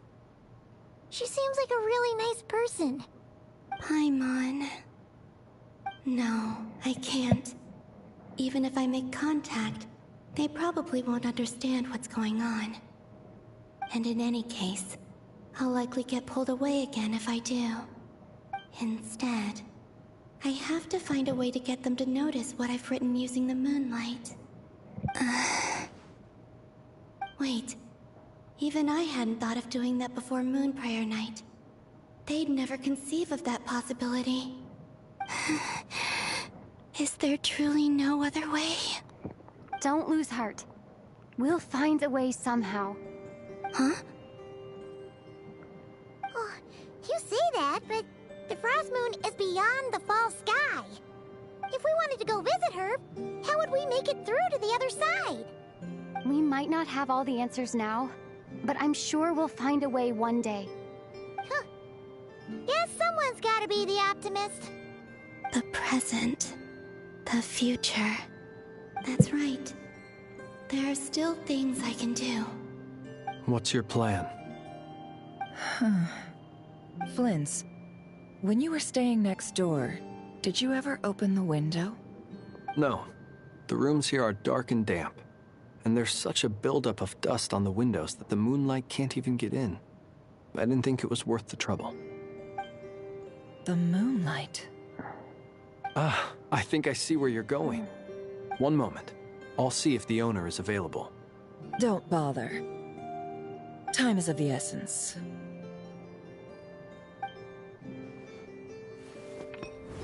Time.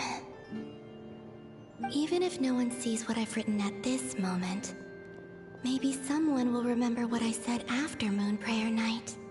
I need to write down as much information as I can. And maybe one day...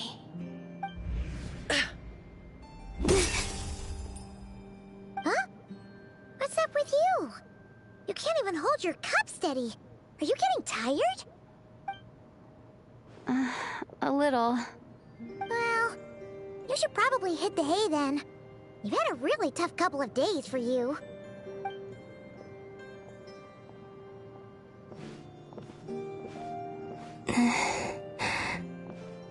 You truly have.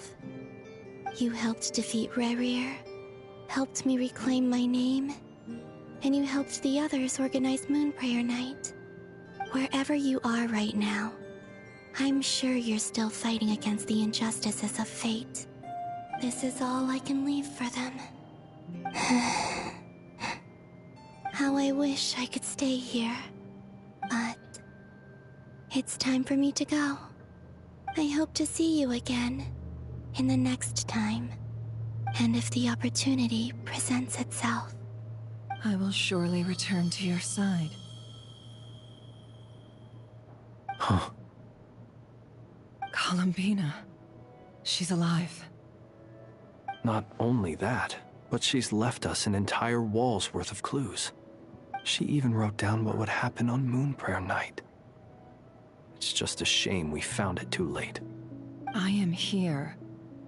Time in this place flows backwards. I am constantly moving forward. It sounds like she's found a way to influence the past using Kuvaki. But her future is our past. So, these words have been here ever since we defeated the Ray Hero Solnari. We just never discovered them. Which came first, the chicken or the egg? Do you ever mull over questions like that? Only when I'm in a good mood, and at leisure. Well, I never do. Everything that has happened already belongs to the realm of fact. As a business person, and especially an intel broker, what I do is extrapolate from those facts to try and read the future. An admirable philosophy. It's a means of survival. Let's go. We have a wall's worth of clues to share with the others.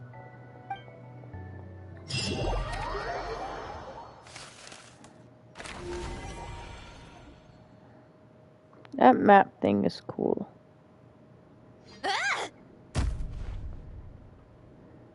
It appears that the Doctor's energy signature has changed to something similar to Kuvaki, but not like the Kuvaki we're used to.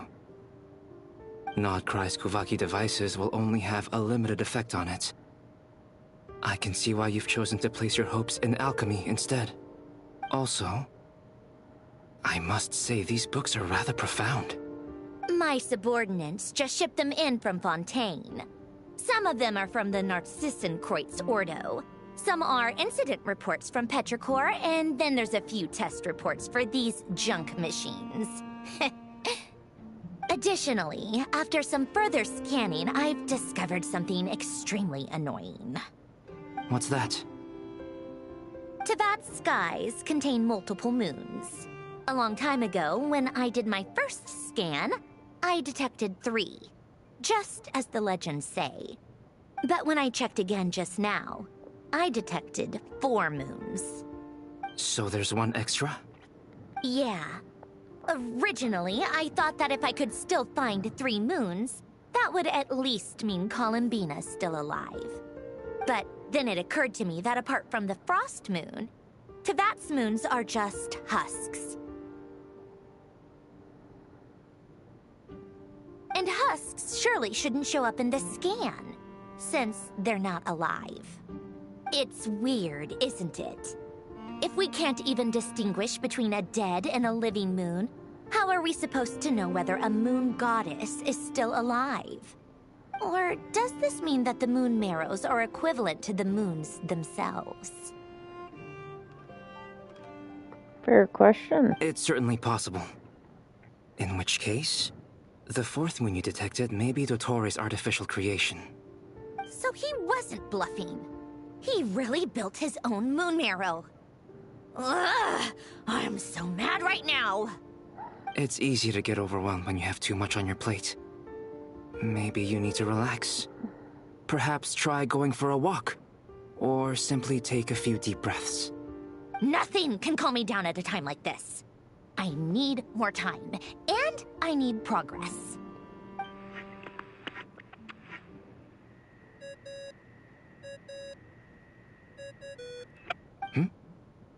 It's Mr. Flynn's. I really hate that ringing tone. Ugh. First the 4 orthants of the Narcissenkreuz, then moon marrows. Now what? Oh, sorry if we're disturbing you. Might I ask what's troubling you? What do you want? We're busy. Are you still at the Curatorium of Secrets? Yeah. Look, everyone else is still out, so there's no hurry. Plus, I'm busy, so I would appreciate if you gave me some space. Even though we have crucial intel to share? Fine. I'm listening.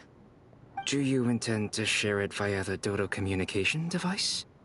Ordinarily, I would, but this is a unique situation. I think it's best that we discuss it in person. See you at the Curatorium.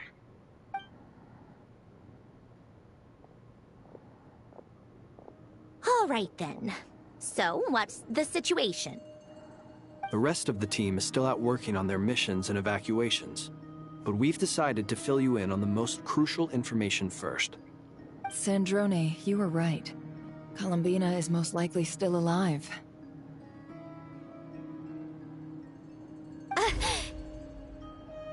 That's the best news we've received in a while. By a long way.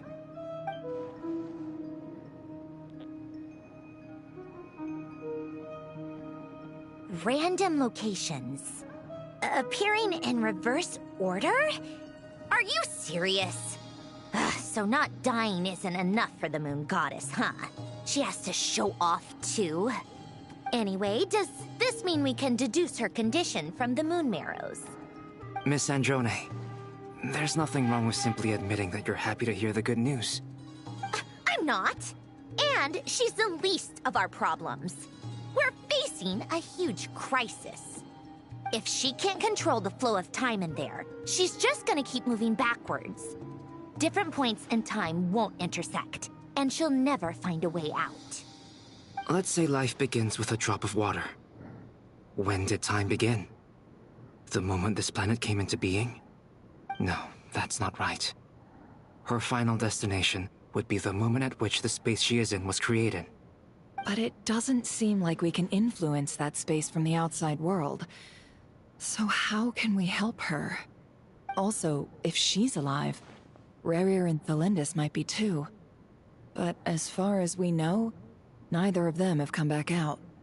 That space may not have an exit at all. I'm afraid I must concur with Miss Nefer in this. Can't exactly argue with that. Let's leave it there for now. I've taken notes on everything you said. Will it help with your research? I doubt it's gonna help with breaking Dotori's energy fields. But who knows when it might come in handy. Better to have it all written down than try to remember everything when I need it. Alright, I need to get back to my research. Mr. Albedo has made a lot of suggestions that will require my undivided attention. Sure, I'll stay here. I have things to work on.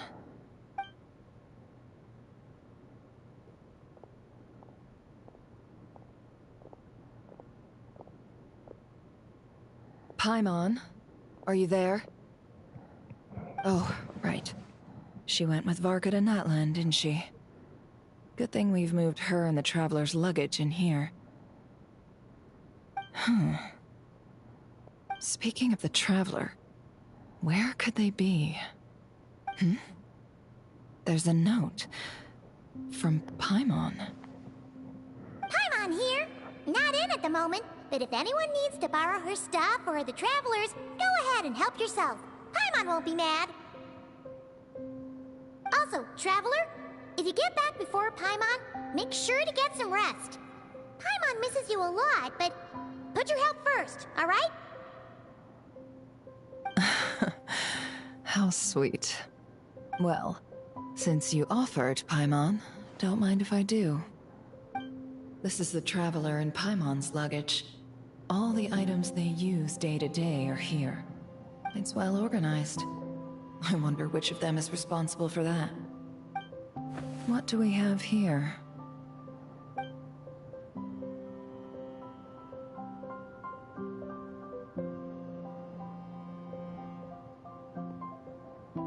The camera captured a special moment that can only occur between people who are close to one another.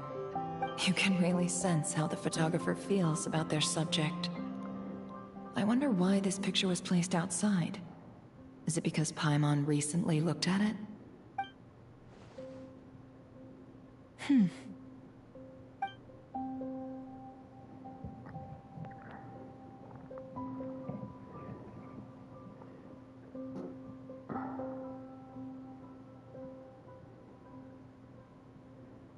This must belong to the Traveler. Perfect. I'll use this. Hang in there. We'll find you.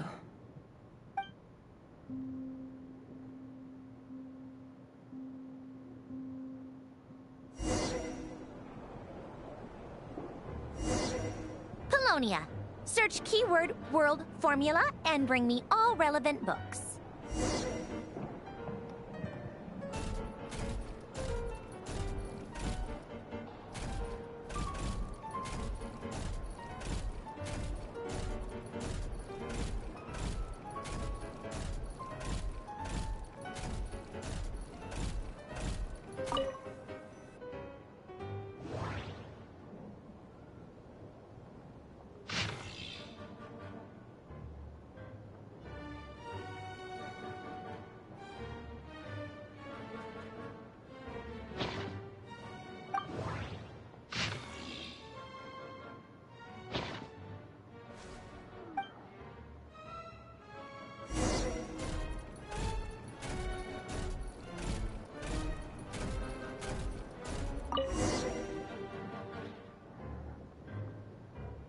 Let's see.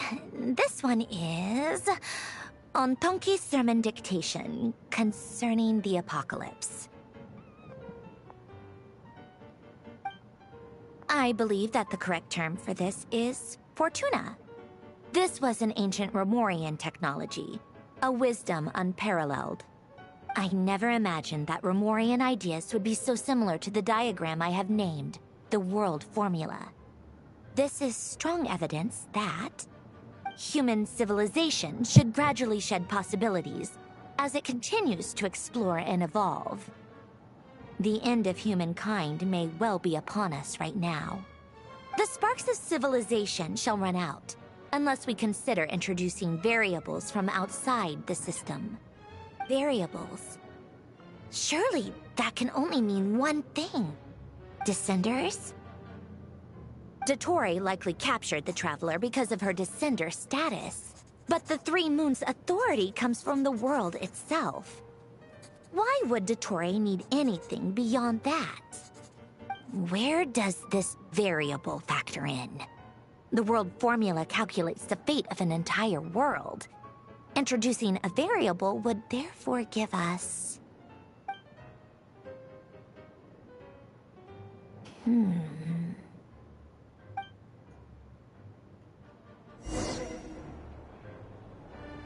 Polonia, search keyword pathway and bring me all relevant books.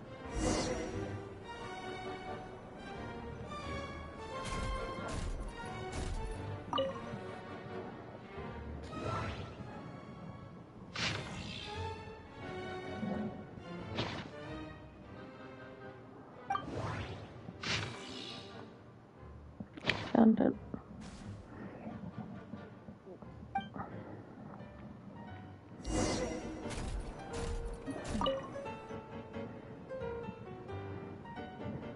Otonki Sermon Dictation.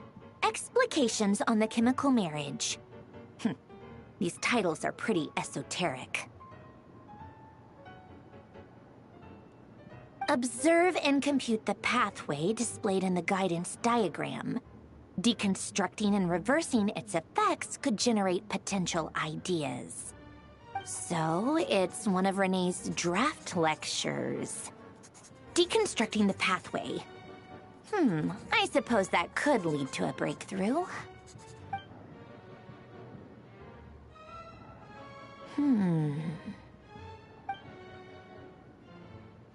This is so long. This guy sure loves showing off his knowledge.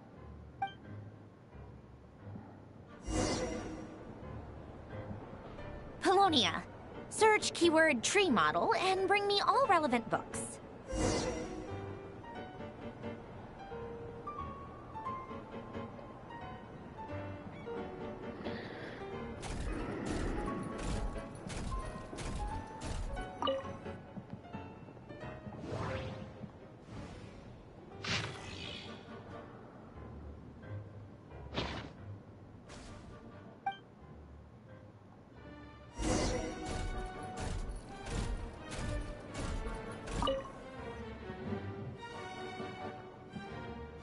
Most of the experimental devices proposed by the Lilia Crucis Ordo are built based on the simple and basic logical structure of a tree model.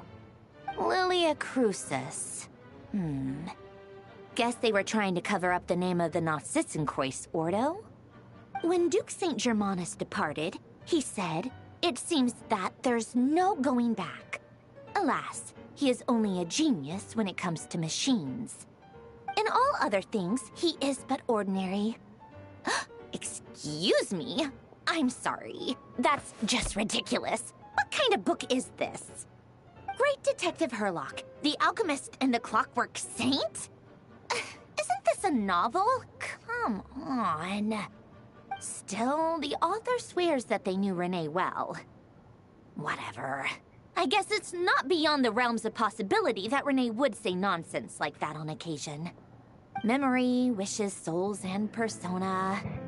Frankly, this sounds more like occultism, but if Albedo vouches for it, I suppose there must be some alchemical basis to these techniques. The way Alain Guillotin saw it, the world was comprised of machines. the universe needed machines, and thus his technologies were created. That's why I was born. René, his full name was René de Petrichor, if I recall correctly. Sounds like he and the town must be intricately connected. That place was also the source of most of our information regarding Remurian civilization. Seems like some of his projects were based on their technology. The cutting of souls and storing them in vessels. These seemingly unrelated techniques underpinned René's research. Assuming that the 4 orthants correspond to alchemical categories. The chemical marriage model? Elen would have scoffed at that. He never would have let those theories or parameters anywhere near his mathematical formulas.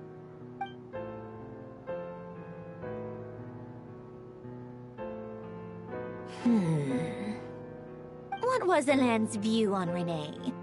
I know he mentioned the name, albeit very rarely. Oh, now I remember. Elen's old notes are here too. They mentioned René once. René seemed most out of sorts when he spoke to me. A lack of sweet foods has dulled his mind, I should think. Either way, his words are not to be believed. Yep, that sounds like Elen.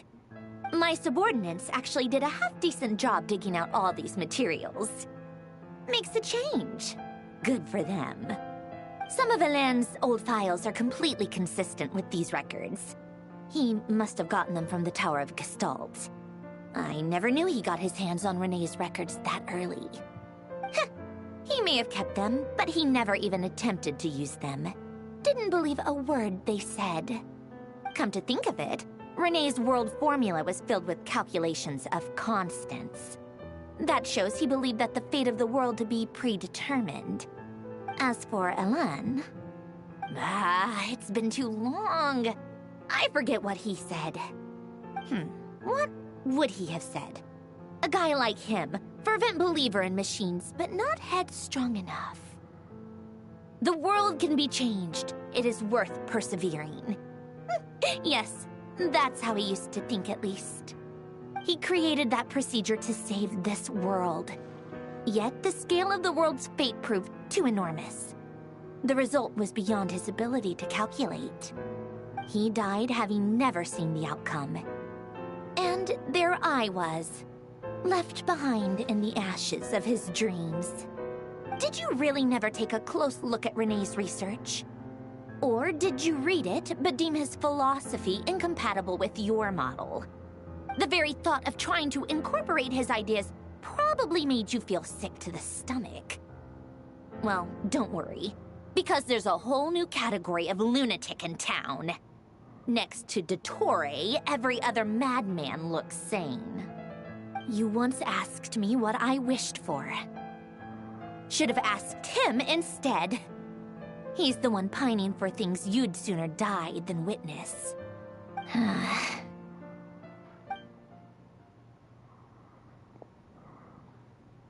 Even the tiniest variable can make big waves in the present. Now then, allow me to put these incompatible fragments together in your stead. First, establish and verify the existence of the Great Circle.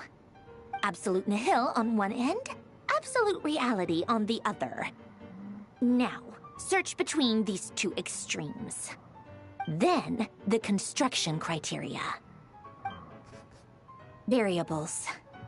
The sparks of civilization shall run out unless we consider introducing variables from outside the system. Input variables. Traverse the world, space-time, and civilization. Then extract the essential nodes from the records to determine which variables they point to. The primordial power that differentiated itself from the void. The power of light. Yes, light. Records. Hyperborea. This is horrendously complicated. After all that, I'm still missing a few variables.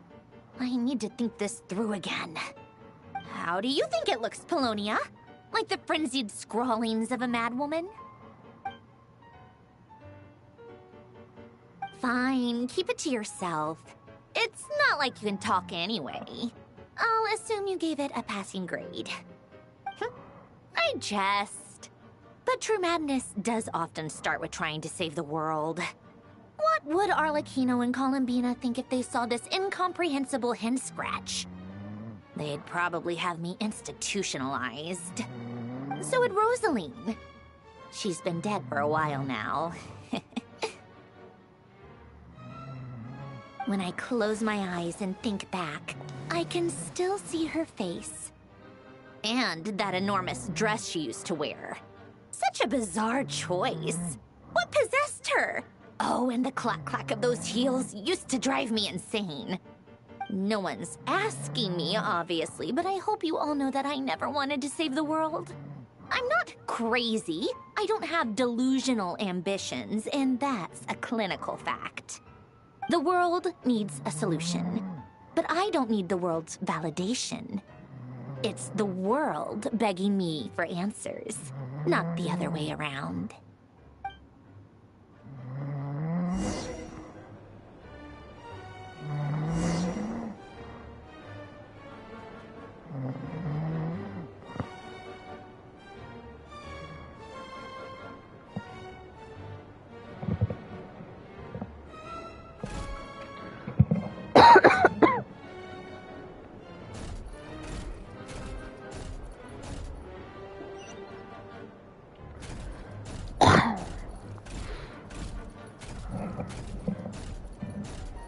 Yeah, this is like 7 hours.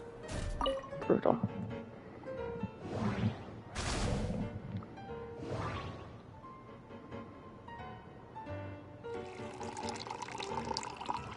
Seven and 8 together is 7 hours this time around.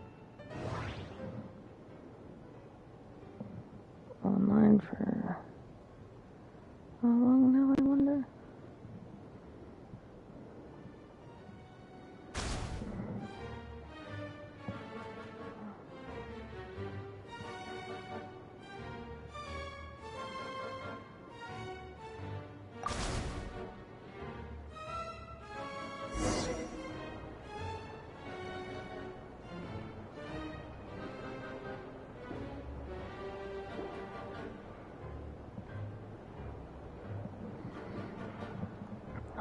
None. Dun, dun, dun, dun.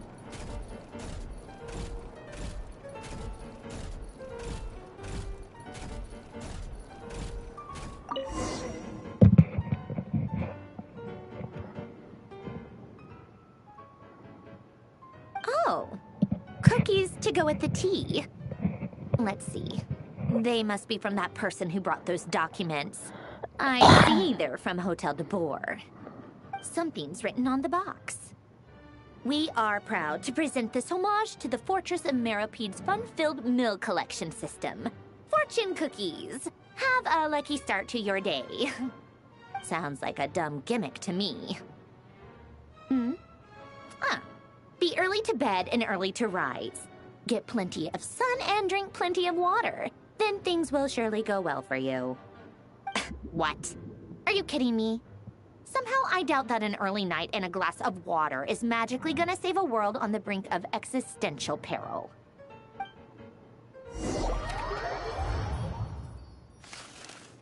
No harm in thinking.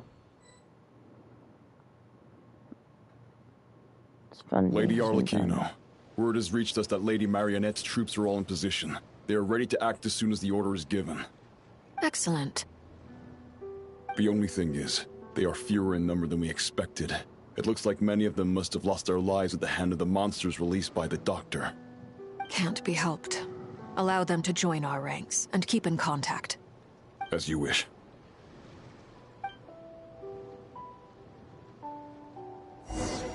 We're in Arlecchino's party. Marionette was pretty cool playing around with. Don't get me wrong, she is incredibly exhaustingly boring, but it was cool how they arranged that. We have a child. Can I pick up the... It's We're been meeting a up while, with Arlecchino. Tartaglia. You look well. Did Dottore really have to build his lab right on the sole path between Snezhnaya and Nodcry? Had to go on a huge detour to stay out of its line of sight. Sounds like an arduous journey. I assume you've brought word from Her Majesty? Of course, all part of the job. Firstly, the Tsaritsa has authorized Fatui Internal Affairs to review Dottoro's case. They will reach a formal verdict on whether he has turned traitor and whether he poses a threat to Snezhnaya. While they're working on that, I've been ordered to come and receive the refugees from Nodcry. They are nearby. My team will escort you to them shortly. Great. Aside from that, Her Majesty has a message for you and Sandrone personally. Huh? Where is Sandrone? She stayed behind to work since I was making the trip anyway. It seemed sensible to have one person on standby at base while the other came out to meet you. All right, guess that's just how she rolls. In that case, tell her that the Tsaritsa's decree this time is pretty awesome sounding. I think she'll like this one. Still, I wonder what... Wait, what's that? Did one of our troops turn into a monster? Take him out.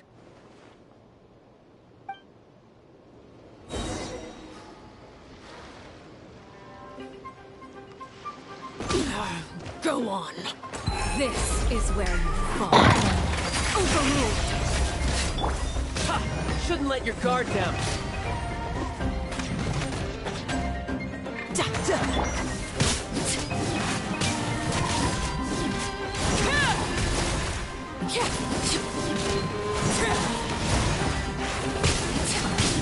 You've gotten stronger, Arlecchino. Nice. Stop that right now. I appreciate the praise, but I am not fighting you today. I knew it.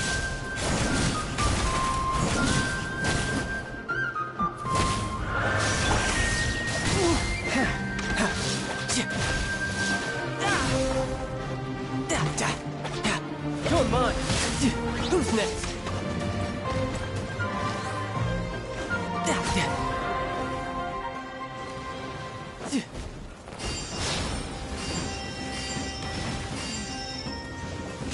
Bring it on! Witness my eyes, laid bare.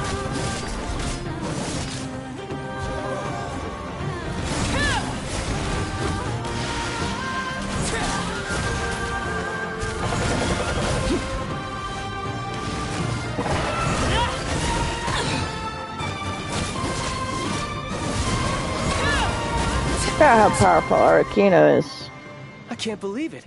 He was a living, breathing human one moment, and the next? Another fine piece of work by our dear colleague, I'm afraid. What in the world has been going on in Nodcry? A lot. But long story short, Dottore stole 2 moon marrows that should have belonged to Columbina, then built a 3rd moon marrow of his own to concentrate the Trilunar Authority in his hands. What? What do you mean he built a moon marrow? People build roads and houses, not moon marrows. What's his next DIY project? He's gonna build a god? You could stand to be less surprised. We are harbingers. The work we are engaged in makes the creation of gods seem mundane by comparison. I tell everyone who asks that you once crossed swords with Rex Lapis while serving as a key supporter for Rosaline's plan. But right now, you're acting like a common adventurer. Thanks for speaking up for me. Those 2 really took me for a ride back then. Then again, surely no common adventurer would manage to get tangled up with them the way I did. That's gotta count in my favor, right? It almost sounds like you wish to repeat the experience. I might have to lower my opinion of you. No. I'll stop talking. Please, go on. Dottore is currently still experimenting with his newfound power in ways that continue to corrode the outside world. As for the human mutation, I believe this is simply a consequence of his experiments, and not a strategic move. That radiant beast was once a subordinate of Sandrone's. I suspect he was only allowed to live so that he could become an experimental subject. Also, those of us who fought Dottore have been afflicted with a curse. As such, I cannot leave Nodcry. This is so much worse than I thought. No wonder Her Majesty's decree is so extreme. While these exceptional circumstances persist, the Harbingers are hereby authorized to use unilateral executive powers. Should Dottore pose a threat, Arlecchino and Sandrone are permitted to eliminate him. My thanks to Her Majesty. I will pass these good tidings on to Sandrone. Her Majesty has also declared that she will refrain from launching an attack on the now evacuated Nodcry due to the presence of unretrieved research material. A wise decision. By the way, how's my old partner doing? I'm assuming they're with you? Partner? You mean the Traveler? I'm afraid I have bad news. She was captured after our failed assault on Dottore's lab. Her whereabouts are currently unknown. What? Why? Since when does Dottore have a bone to pick with her? That is indeed the question. I'm not sure he does. He must have some other goal in mind. This won't do. I have to rescue her. You can't. We have no idea where the Traveler is. What am I supposed to do then? Stand here twiddling my thumbs? Sandrone is working on it. The best thing you can do right now is complete your mission. Fine. I guess I'll leave this to you then. One last thing. Tell the Rooster to get the message out to the gods and citizens of every nation in Teyvat. Beware. An uncontrollable pollution is spreading forth from Nodcry. The source of that pollution is a madman drunk on the success of his experiments.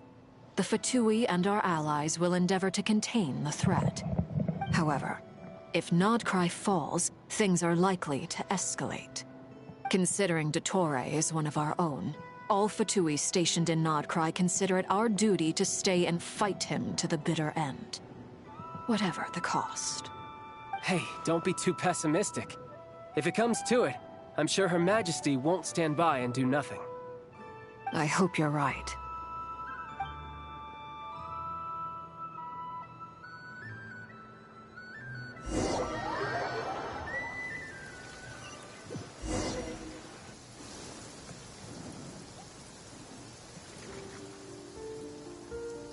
You're right on time. Thanks. Hey, do you think I'll get that gliding exam exemption? I made sure I was on my best behavior in Mondstadt. I landed well outside the city and walked in through the gates. I'll help you apply, don't worry. For now, let's see what we have here. What are the Doctor's energy fields even made from? The usual attract and repel principles that govern Kuvaki don't seem to apply to them. They are very mysterious, but ultimately, they appear to be comprised of energies from the three realms. Thanks to research by Master and the Hexen Circle, we know that Teyvat's 7 elements are derived from the more primordial power of the Light Realm, which is antagonistic with the power of the Void Realm. Since you have the power of the Dragon Durin within you, I'm sure you can already tell that this energy field contains no abyssal energy. That's true.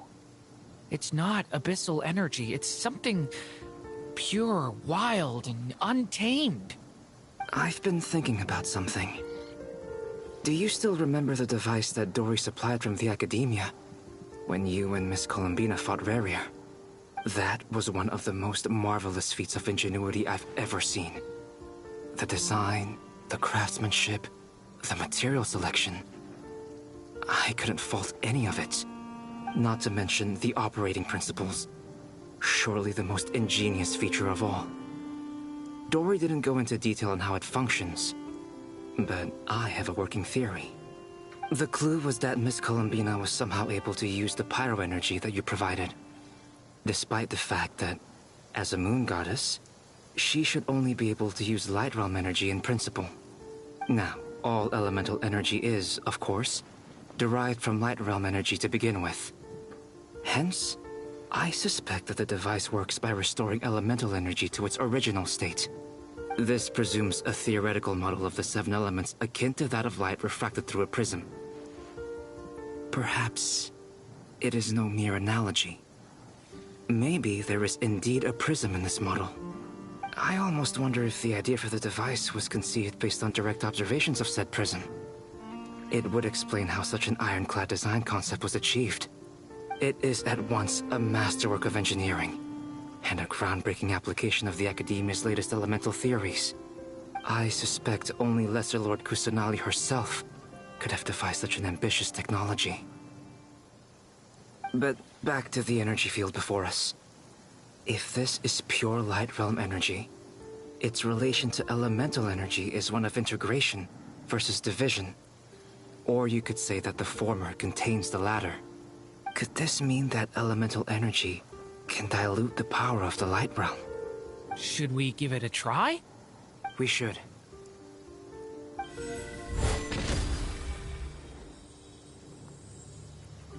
Ha! It works!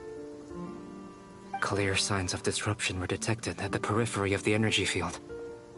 This indicates that elemental energy can disturb or even negate the field. Now you try. Alright, here goes. It's working! Switch to abyssal energy and attack again. No surprises there. Abyssal power drains the energy field to a significantly greater extent. I now feel confident in asserting that the energy field is indeed pure Light Realm energy, and that elemental energy can dilute it. But the energy field is huge! How much elemental energy will it take to neutralize it? We don't have to neutralize it completely. We can try other approaches. That's all for theory. Would you like to continue watching? So you knew I was here? Huh? When did you get here? A while ago. But Albedo sounded like he was working on his thesis defense back there. Back in Sumeru. You can end a person's whole career by interrupting them mid-speech. Very thoughtful of you. I'm truly touched. Could I ask you to lend me a hand? With what? A little test. Try using Animo to unleash a concentrated assault with circular blades, with the goal of breaking through at a singular point. Nice! This time it tore through the field. Tremendous. This is a major breakthrough. Should we go through? We probably shouldn't risk having mutually antagonistic energies in such close proximity. Durin, you stay here and watch the entrance. Hat Guy and I will go in to investigate. Sounds sensible to me. Keep your eyes peeled, Durin. Don't worry, I got this. You two be careful in there. Just give me the signal if you need help, and I'll dive right in. What do you mean, signal? It's based on a new alchemical concoction I developed last month. When 2 bottles of it are smashed on the ground together, they emit a blinding burst of light. If it comes to that, remember to shield your eyes with your hat. Glad I asked. Thanks for the heads up. Yay. Go inside the rift. Like I thought. Beyond a certain distance, we can't see the opening where we came in. Maybe that's to prevent people from escaping. Sounds like Dottore style to me. Not much has changed. Things are basically the same here as they were before the energy field appeared.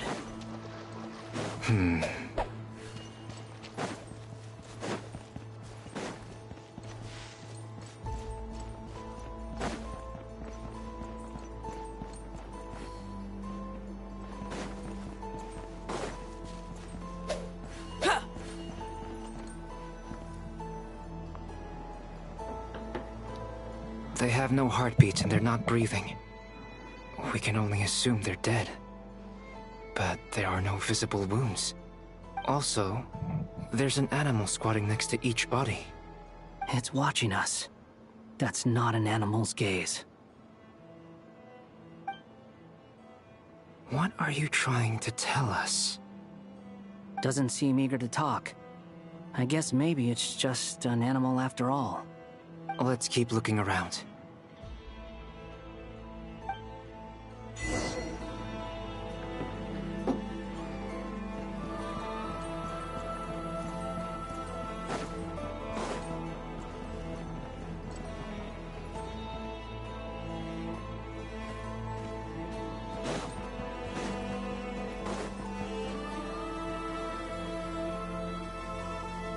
Same situation everywhere. Not a living soul in sight. Just countless bodies with animals standing watch over them. Well, I think we can safely rule out the possibility that they're all pets. Is skirting around the topic your way of showing consideration for other people's feelings? Just being cautious. I don't doubt that you can handle the truth.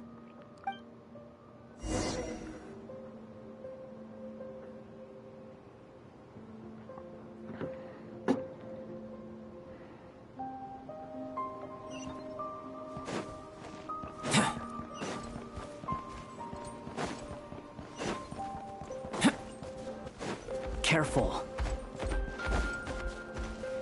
Please. Help us. Please. Over there. I hear a voice.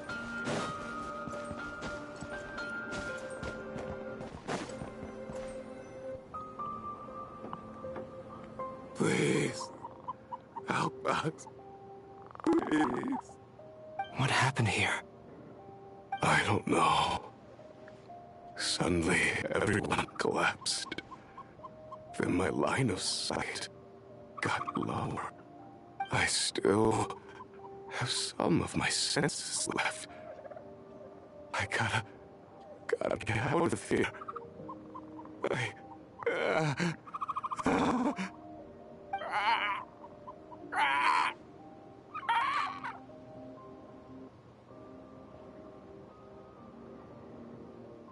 It looks like there's a huge experiment going on inside this energy field. Maybe each energy field is its own giant experiment. Vile. He's swapping human minds with those of animals. Even without the other circumstances, this would be an extremely radical experiment. Those people may have lost their sense of selves, but they are not fully animals either. If they were, they would have left. But instead, their instincts are driving them to remain by their dead bodies. We should go. No sense in sticking around here longer than we need to. Agreed.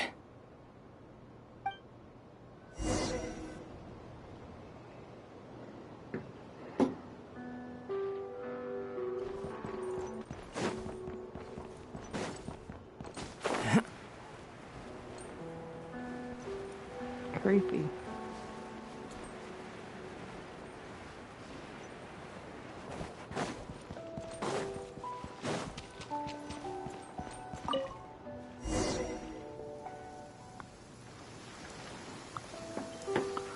You're back! Everything okay? We saw some things that take a strong stomach. Otherwise, we're fine. We should share our findings with the others.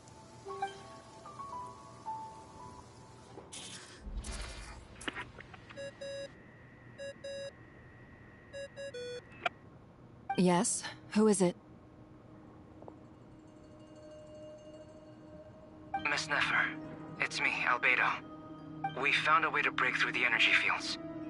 With enough control, it's possible to tear them open using elemental energy. Also, we managed to take a look inside.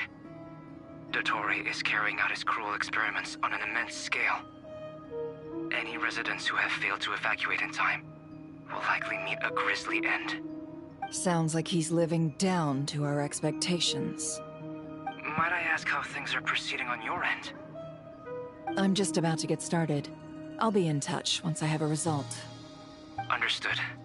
Stay safe. I will.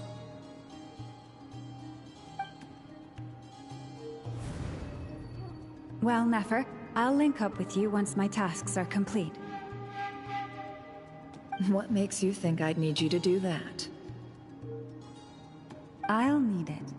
And considering the way you approach certain matters, I think you'll be better off with me present.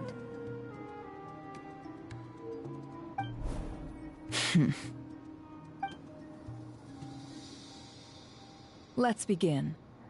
Entering simulation mode. A vast wasteland. Is this the Traveler's inner world?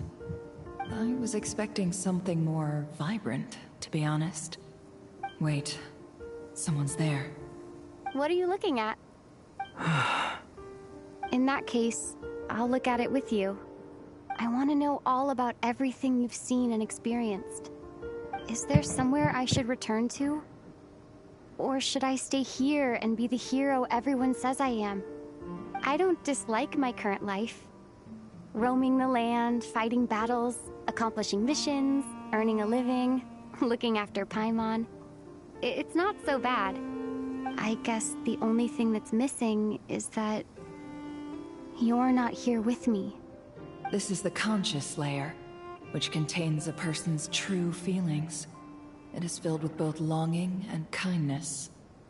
I suppose anyone who lives long enough ends up wishing for someone who can't be there. Maybe it's the only way we can feel truly alive.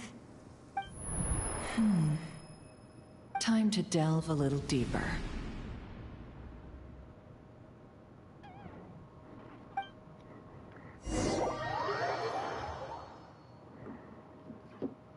Nasha Town is hardly the optimal choice for a place to live, but it has character and a reasonable population density. What are you trying to say?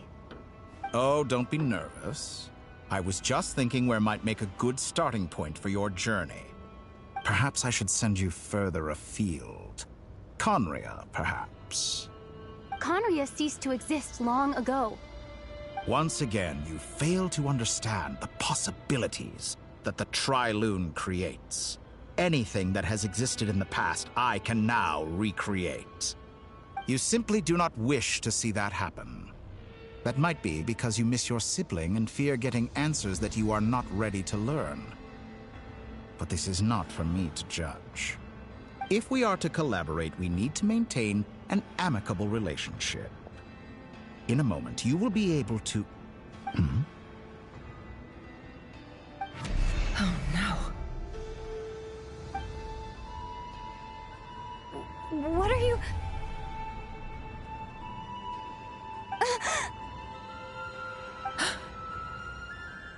What are you gonna do? Don't move. Something unwanted has crept into... Oh? Gone as quickly as it came.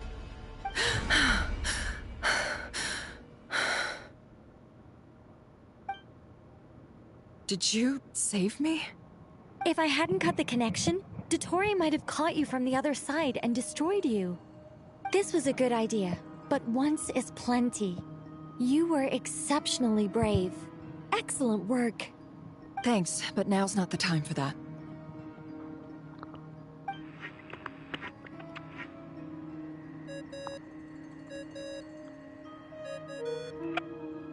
Albedo speaking. I think I know where she is. What is this endless darkness? I can't see anything, even though my eyes are wide open. But why? What happened? Ah, sorry about that. I take it you didn't notice. Just now, a friend of yours took a little peek into your mind. Could it be Nefer? How did she do it? Did she use something as a medium to connect to me? Do you think she's aware of your current circumstances?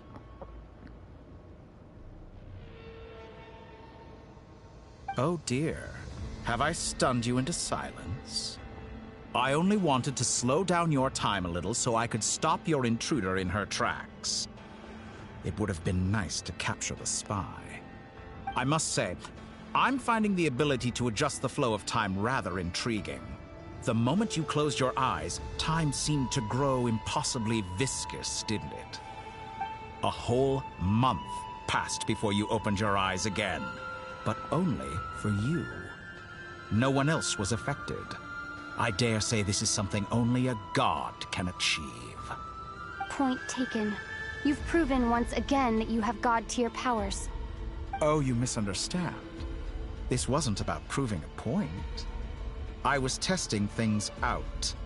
I find I learn best by doing, and I have to admit, time is not the easiest dimension to control. I only wanted to make you sleep for a short while, but it ended up lasting a whole month. Clearly some finesse is required to wield the authority over time as I wish. I hope you're not angry with me. It was only a month's discrepancy, nothing too serious. Had I been off by a year, a decade, or even a century, that would have been quite a different story. You could have frozen me for millions of years. So much for collaboration. You aren't showing much sincerity. Millions of years? To what end? I wonder if you don't understand humans all that well. They are very pragmatic creatures who understand only that which they can perceive with their senses. If I had you sit here for a week, I imagine people might sympathize. But if I left you here for 100, 1,000, or 10,000 years, the sheer size of that number would cause it to lose all meaning to them. They would not have the capacity to comprehend your suffering, and thus they could not empathize. Unfortunately, while gods do exist in Teyvat, it is ordinary humans that account for most of the population. Their lifespans are so limited, their bodies so fragile. Did you ever really hope that they could begin to understand someone like you? Your long life and unique origins make you fundamentally different from them. How long will it be before they start to treat you like the alien you are? Before you are ostracized, outcast? Alien. Even I feel bad for you sometimes. This world has made you into a slave. So many times you have served its will, and not once have the powers that be ever thought to grant you the one simple thing you wish for. You have been treated most unfairly. I can change that. I will grant you special privileges, and give you back the status you rightly deserve as a descender.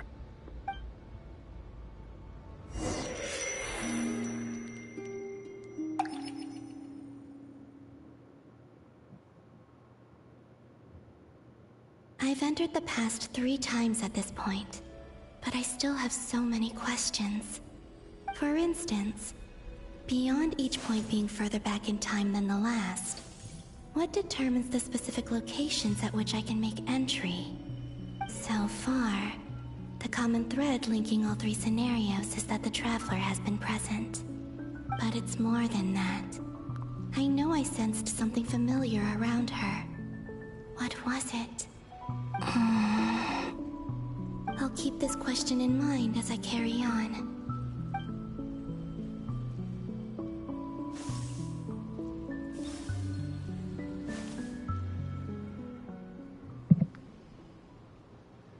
Humans, you never change.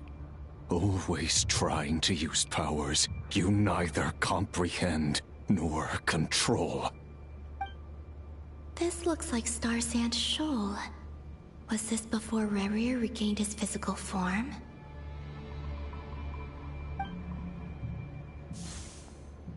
You've messed with the cannon again, huh?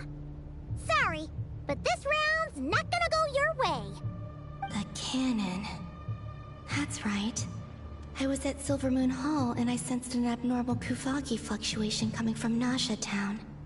And right after that, came an ominous power emanating from Star Sand Shoal. My body was once torn into countless pieces and hurled into the swirling chaos of time itself. But even so, my life and will were not extinguished. I wonder if I could try to prevent his resurrection. But how would I do it? What can I do, here and now? Traveler! Behind you! Look at that light!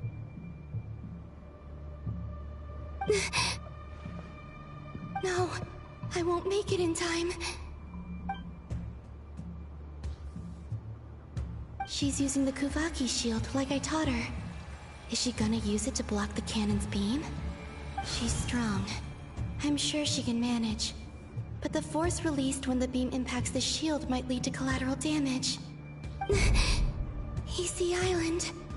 The Frostmoon Scions will be exposed to lethal levels of Kuvaki. A question, if I may, kind Miss Columbina.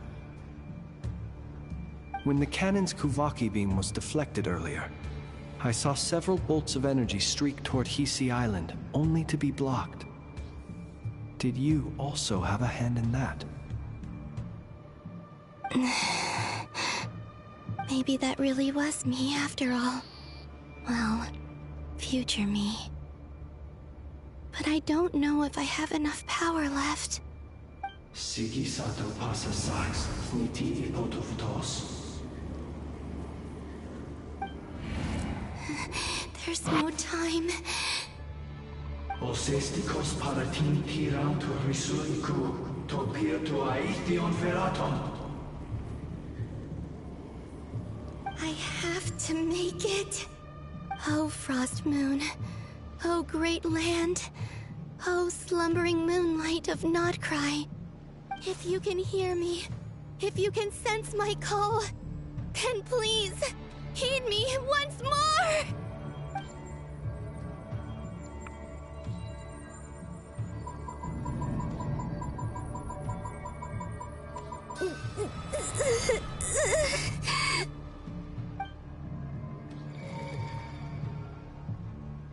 Did it work?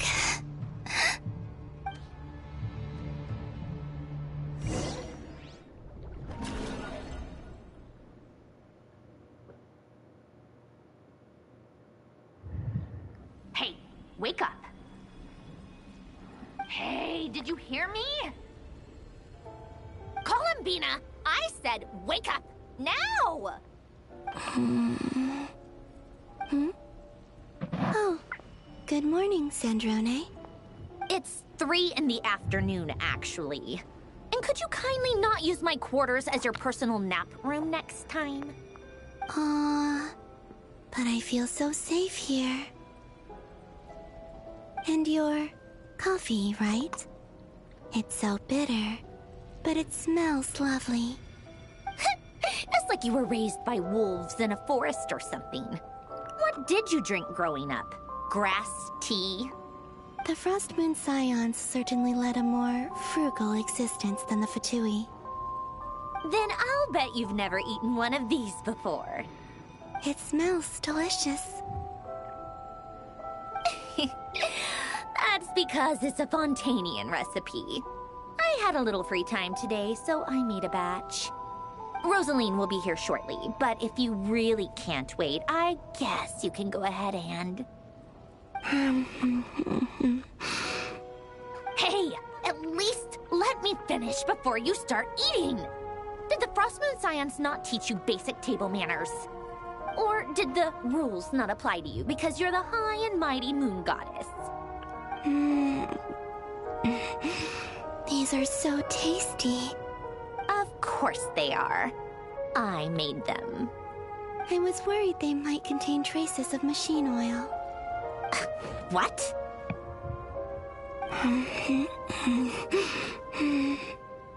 You know, there's something I've always wanted to ask you. Why did you leave your old home and join the Fatui? I mean, I'm sure their food was awful. But there's gotta be more to it than that. Well, life there didn't go quite how I imagined. What were you expecting? You're a god. Your followers are gonna make some demands of you, right? Surely you can just answer a few prayers here and there in return for the free food and drink. How bad can it be? Well, would you help other people just for free food and drink? The doctor told me that you were created by a great mechanic, Lord something Fisher. The Lord Artificer. Ugh, some people can't keep their mouths shut. Oh, Lord Artificer.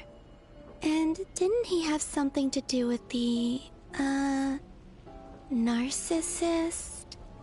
Narcissenkreuz Ordo. Yes, that was it. Narcissenkreuz Ordo. So, would you try to fulfill their wishes? You must be joking. I wouldn't go even if they paid me. I don't even know them. Exactly. Well, I felt the same way. I did not know the people who made demands of me. Huh. What do you know? We're on the same page for once. In his later years, Alan did ask me if there was anything I wanted to do. If I had any wishes of my own. Well, I don't. And I'm not in any mood to fulfill someone else's either. Who's Alain? He was the... You know what? Never mind. You're not gonna remember. Anyway, the point I'm trying to make is, neither of us is the self-sacrificing type. Let me ask you this. What sort of place would you like to live in, if you could choose? A place where people don't ask me for things I cannot give them. Where they don't worship me, or fear me, but just want to chat with me like a normal person. I'd also like the freedom to come and go as I please. And ideally, it would be somewhere with the smell of coffee and snacks.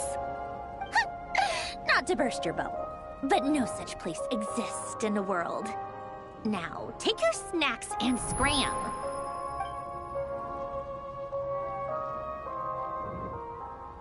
It's a lot of lore. Did I pass out? Of course. I'm back here again.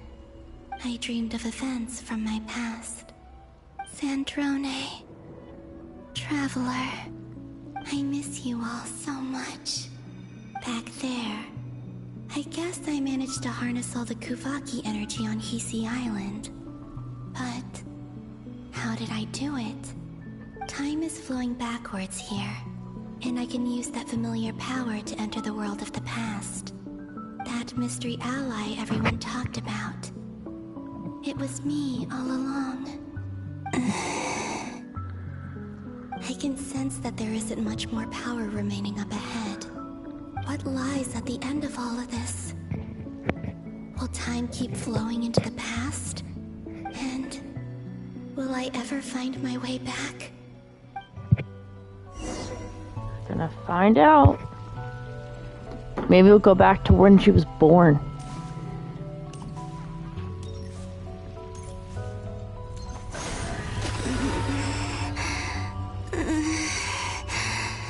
It's getting harder and harder to use my power.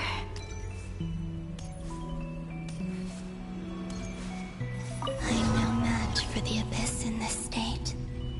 I need to avoid the contaminated fragments.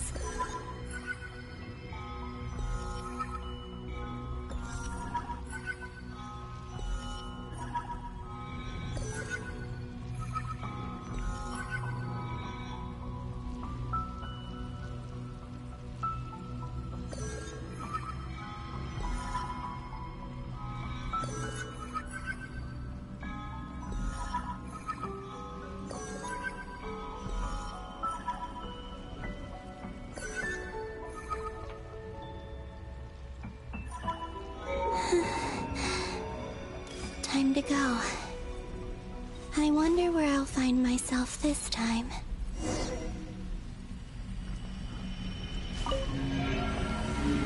Your birth, maybe. The Final Night Cemetery. This is where Flint's is based. Or not! How are we supposed to read through this many files? Difficult, yes, but it is also our most efficient option.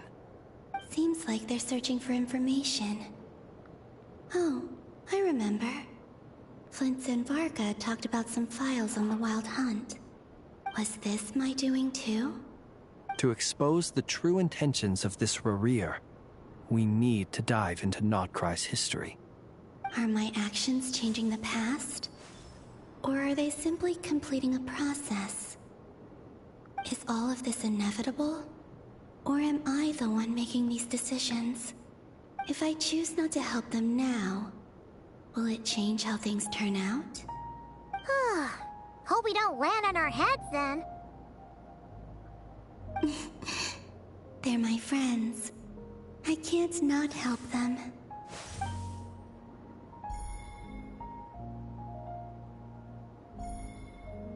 Ghost! And the other one was... here. Hey! Another file's moving!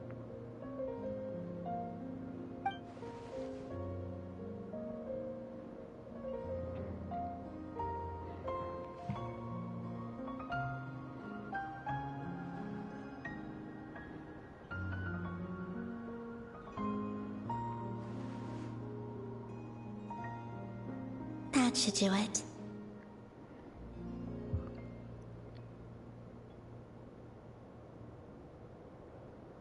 Hmm? Luanatar? You can sense my presence? Wait! Excuse me.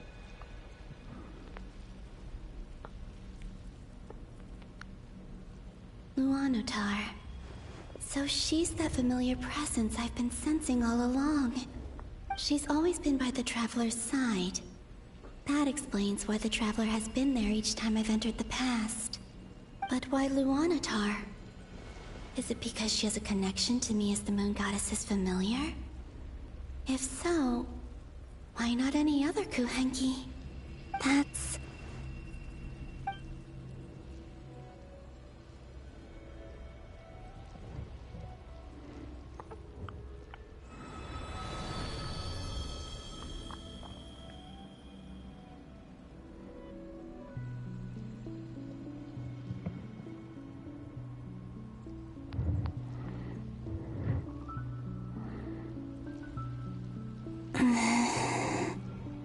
I cannot sense any power up ahead. Just a void, stretching out into infinity. This is likely my final chance to enter the past.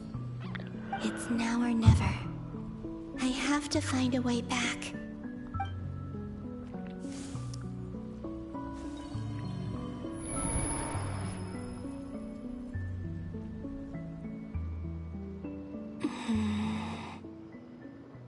VII Island?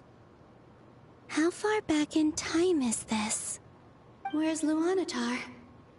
I can't sense her presence this time. Oh, seeing Enefa and Aino reunited like that sure was heartwarming. Traveler, Paimon. No, stay calm. I don't have much power left to change things. I don't even have that much time left here. Think, Columbina. How do I find a way back? A way back... to where? Do I go back to Moonprayer Night? Or to the future that followed?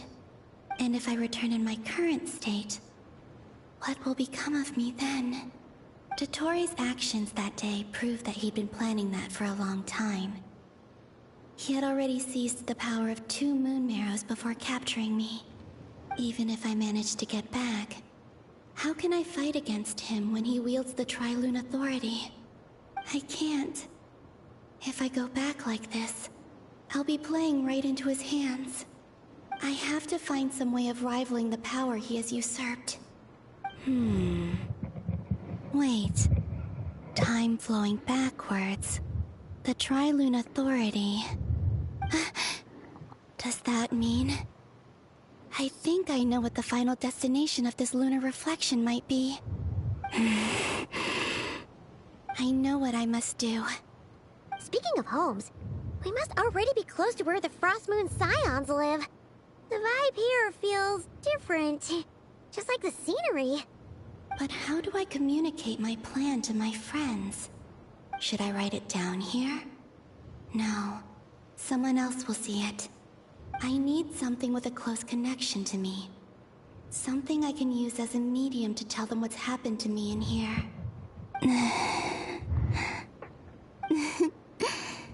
Now it makes sense.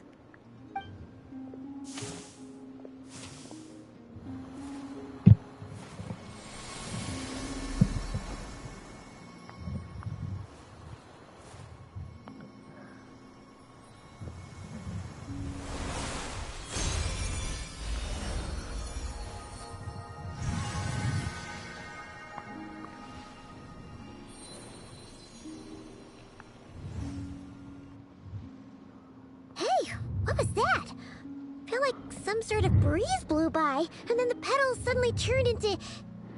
Huh?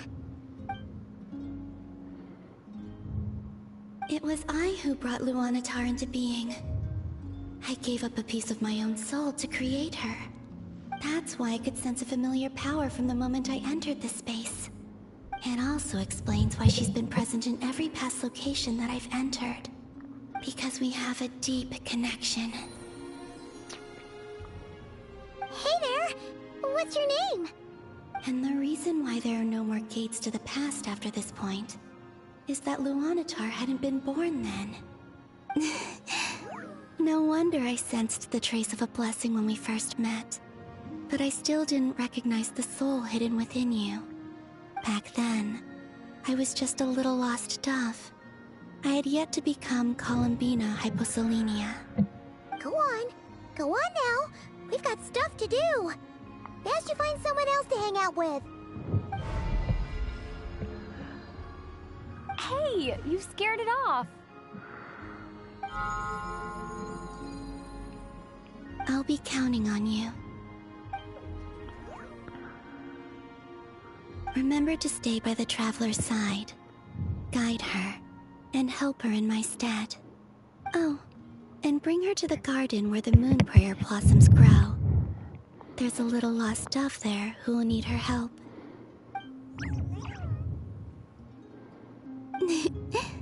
Go on.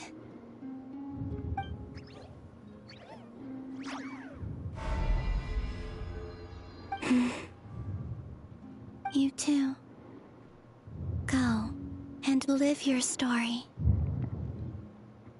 As for mine must go in a different direction.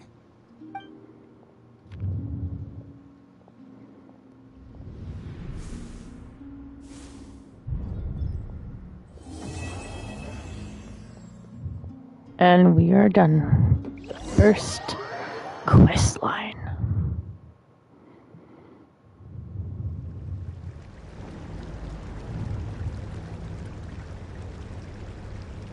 How would you like to experience the thrill of never being held accountable for your actions?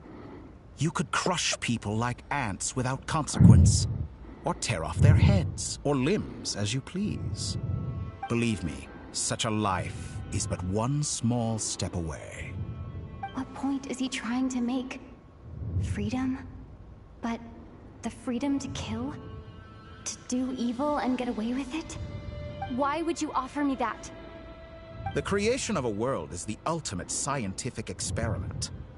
I have taken my research to the highest level, where I shall be not just a god, but also a servant to many sacred spirits. I shall heed the truth and perform holy deeds. A god's laboratory is the perfect playground. But it needs the right occupant to explore its full potential. Mortals are found everywhere one looks. Not so with Descenders. I'd prefer my first guest to be a distinguished individual such as yourself. And I know you could make the most of the opportunities it offers. So the condition for entering the New World is to take innocent lives. The same dilemma that Rerir once faced. Could I really bring myself to kill others for my own benefit? Rerir did. And look where it got him. Have you made up your mind? I can't do it. Your playground is no place for me. You're putting your hopes in the wrong person. But we both know I'm not quite the hero you say I am either. I have my own reasons for the journey I'm on. And they aren't all selfless. You've grown a lot since we last met. But there are still things you are unwilling to compromise on. This will only hinder you. Why don't I lower my requirements a little as a gesture of goodwill? I'll give you a little time to learn to be a less noble soul. That'll make things much easier for you. I really doubt I could live that sort of life. And yet you already sound less defiant than a moment ago. The benefits appeal to you because you can read the signs of the times. Why don't we return to my research facility? Your last visit was so rushed. There is much that I have yet to show you.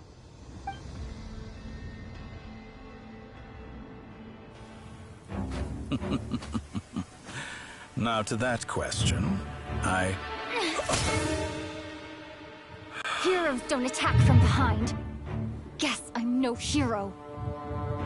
This is most disappointing.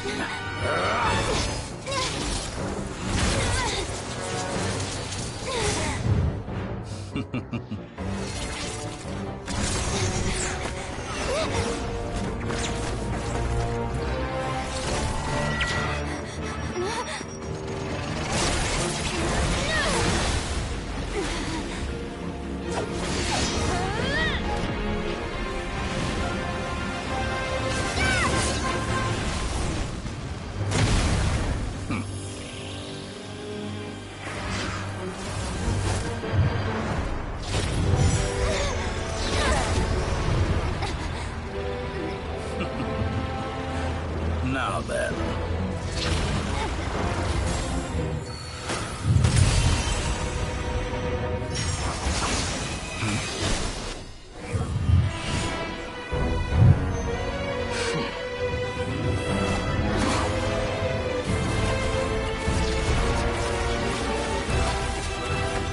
A new face. Interesting.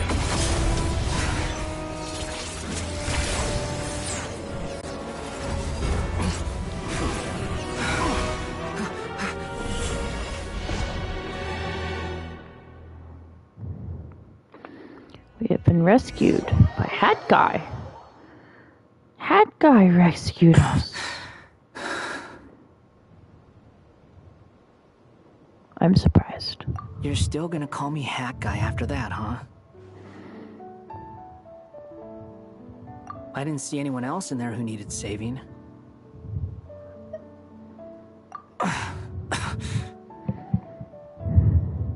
It's nothing. I'll be fine. Why are you looking at me like that? Is it that shocking that I'd come to your rescue? I owed you a favor back in Sumeru. Now we're even. Distracting Dottore was tough. I won't lie. He's not gonna fall for the same trick twice. That was my one shot. I'd hoped to use it to take him out. Ugh.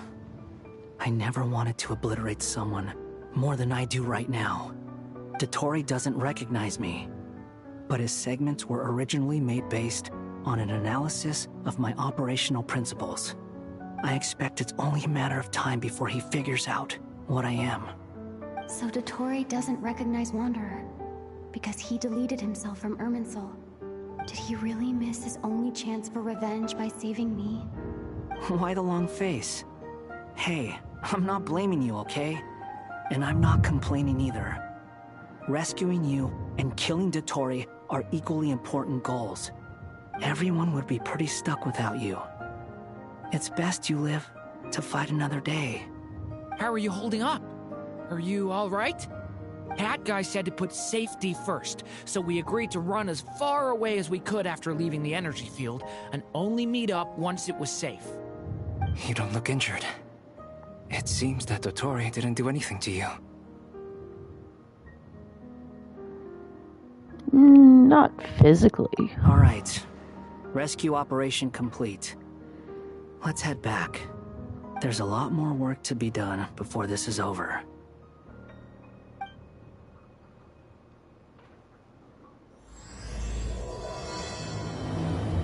Alright, for the sake of streaming, I'm going to stop the stream once this done loads. And I will see you right back. Use it as a temporary break. Understood. I will bear the Tsaritsa's decree in mind. Okay. Great place to pause. We are going to stop it here, and I'm going to do another one, and I will be right back. I promise.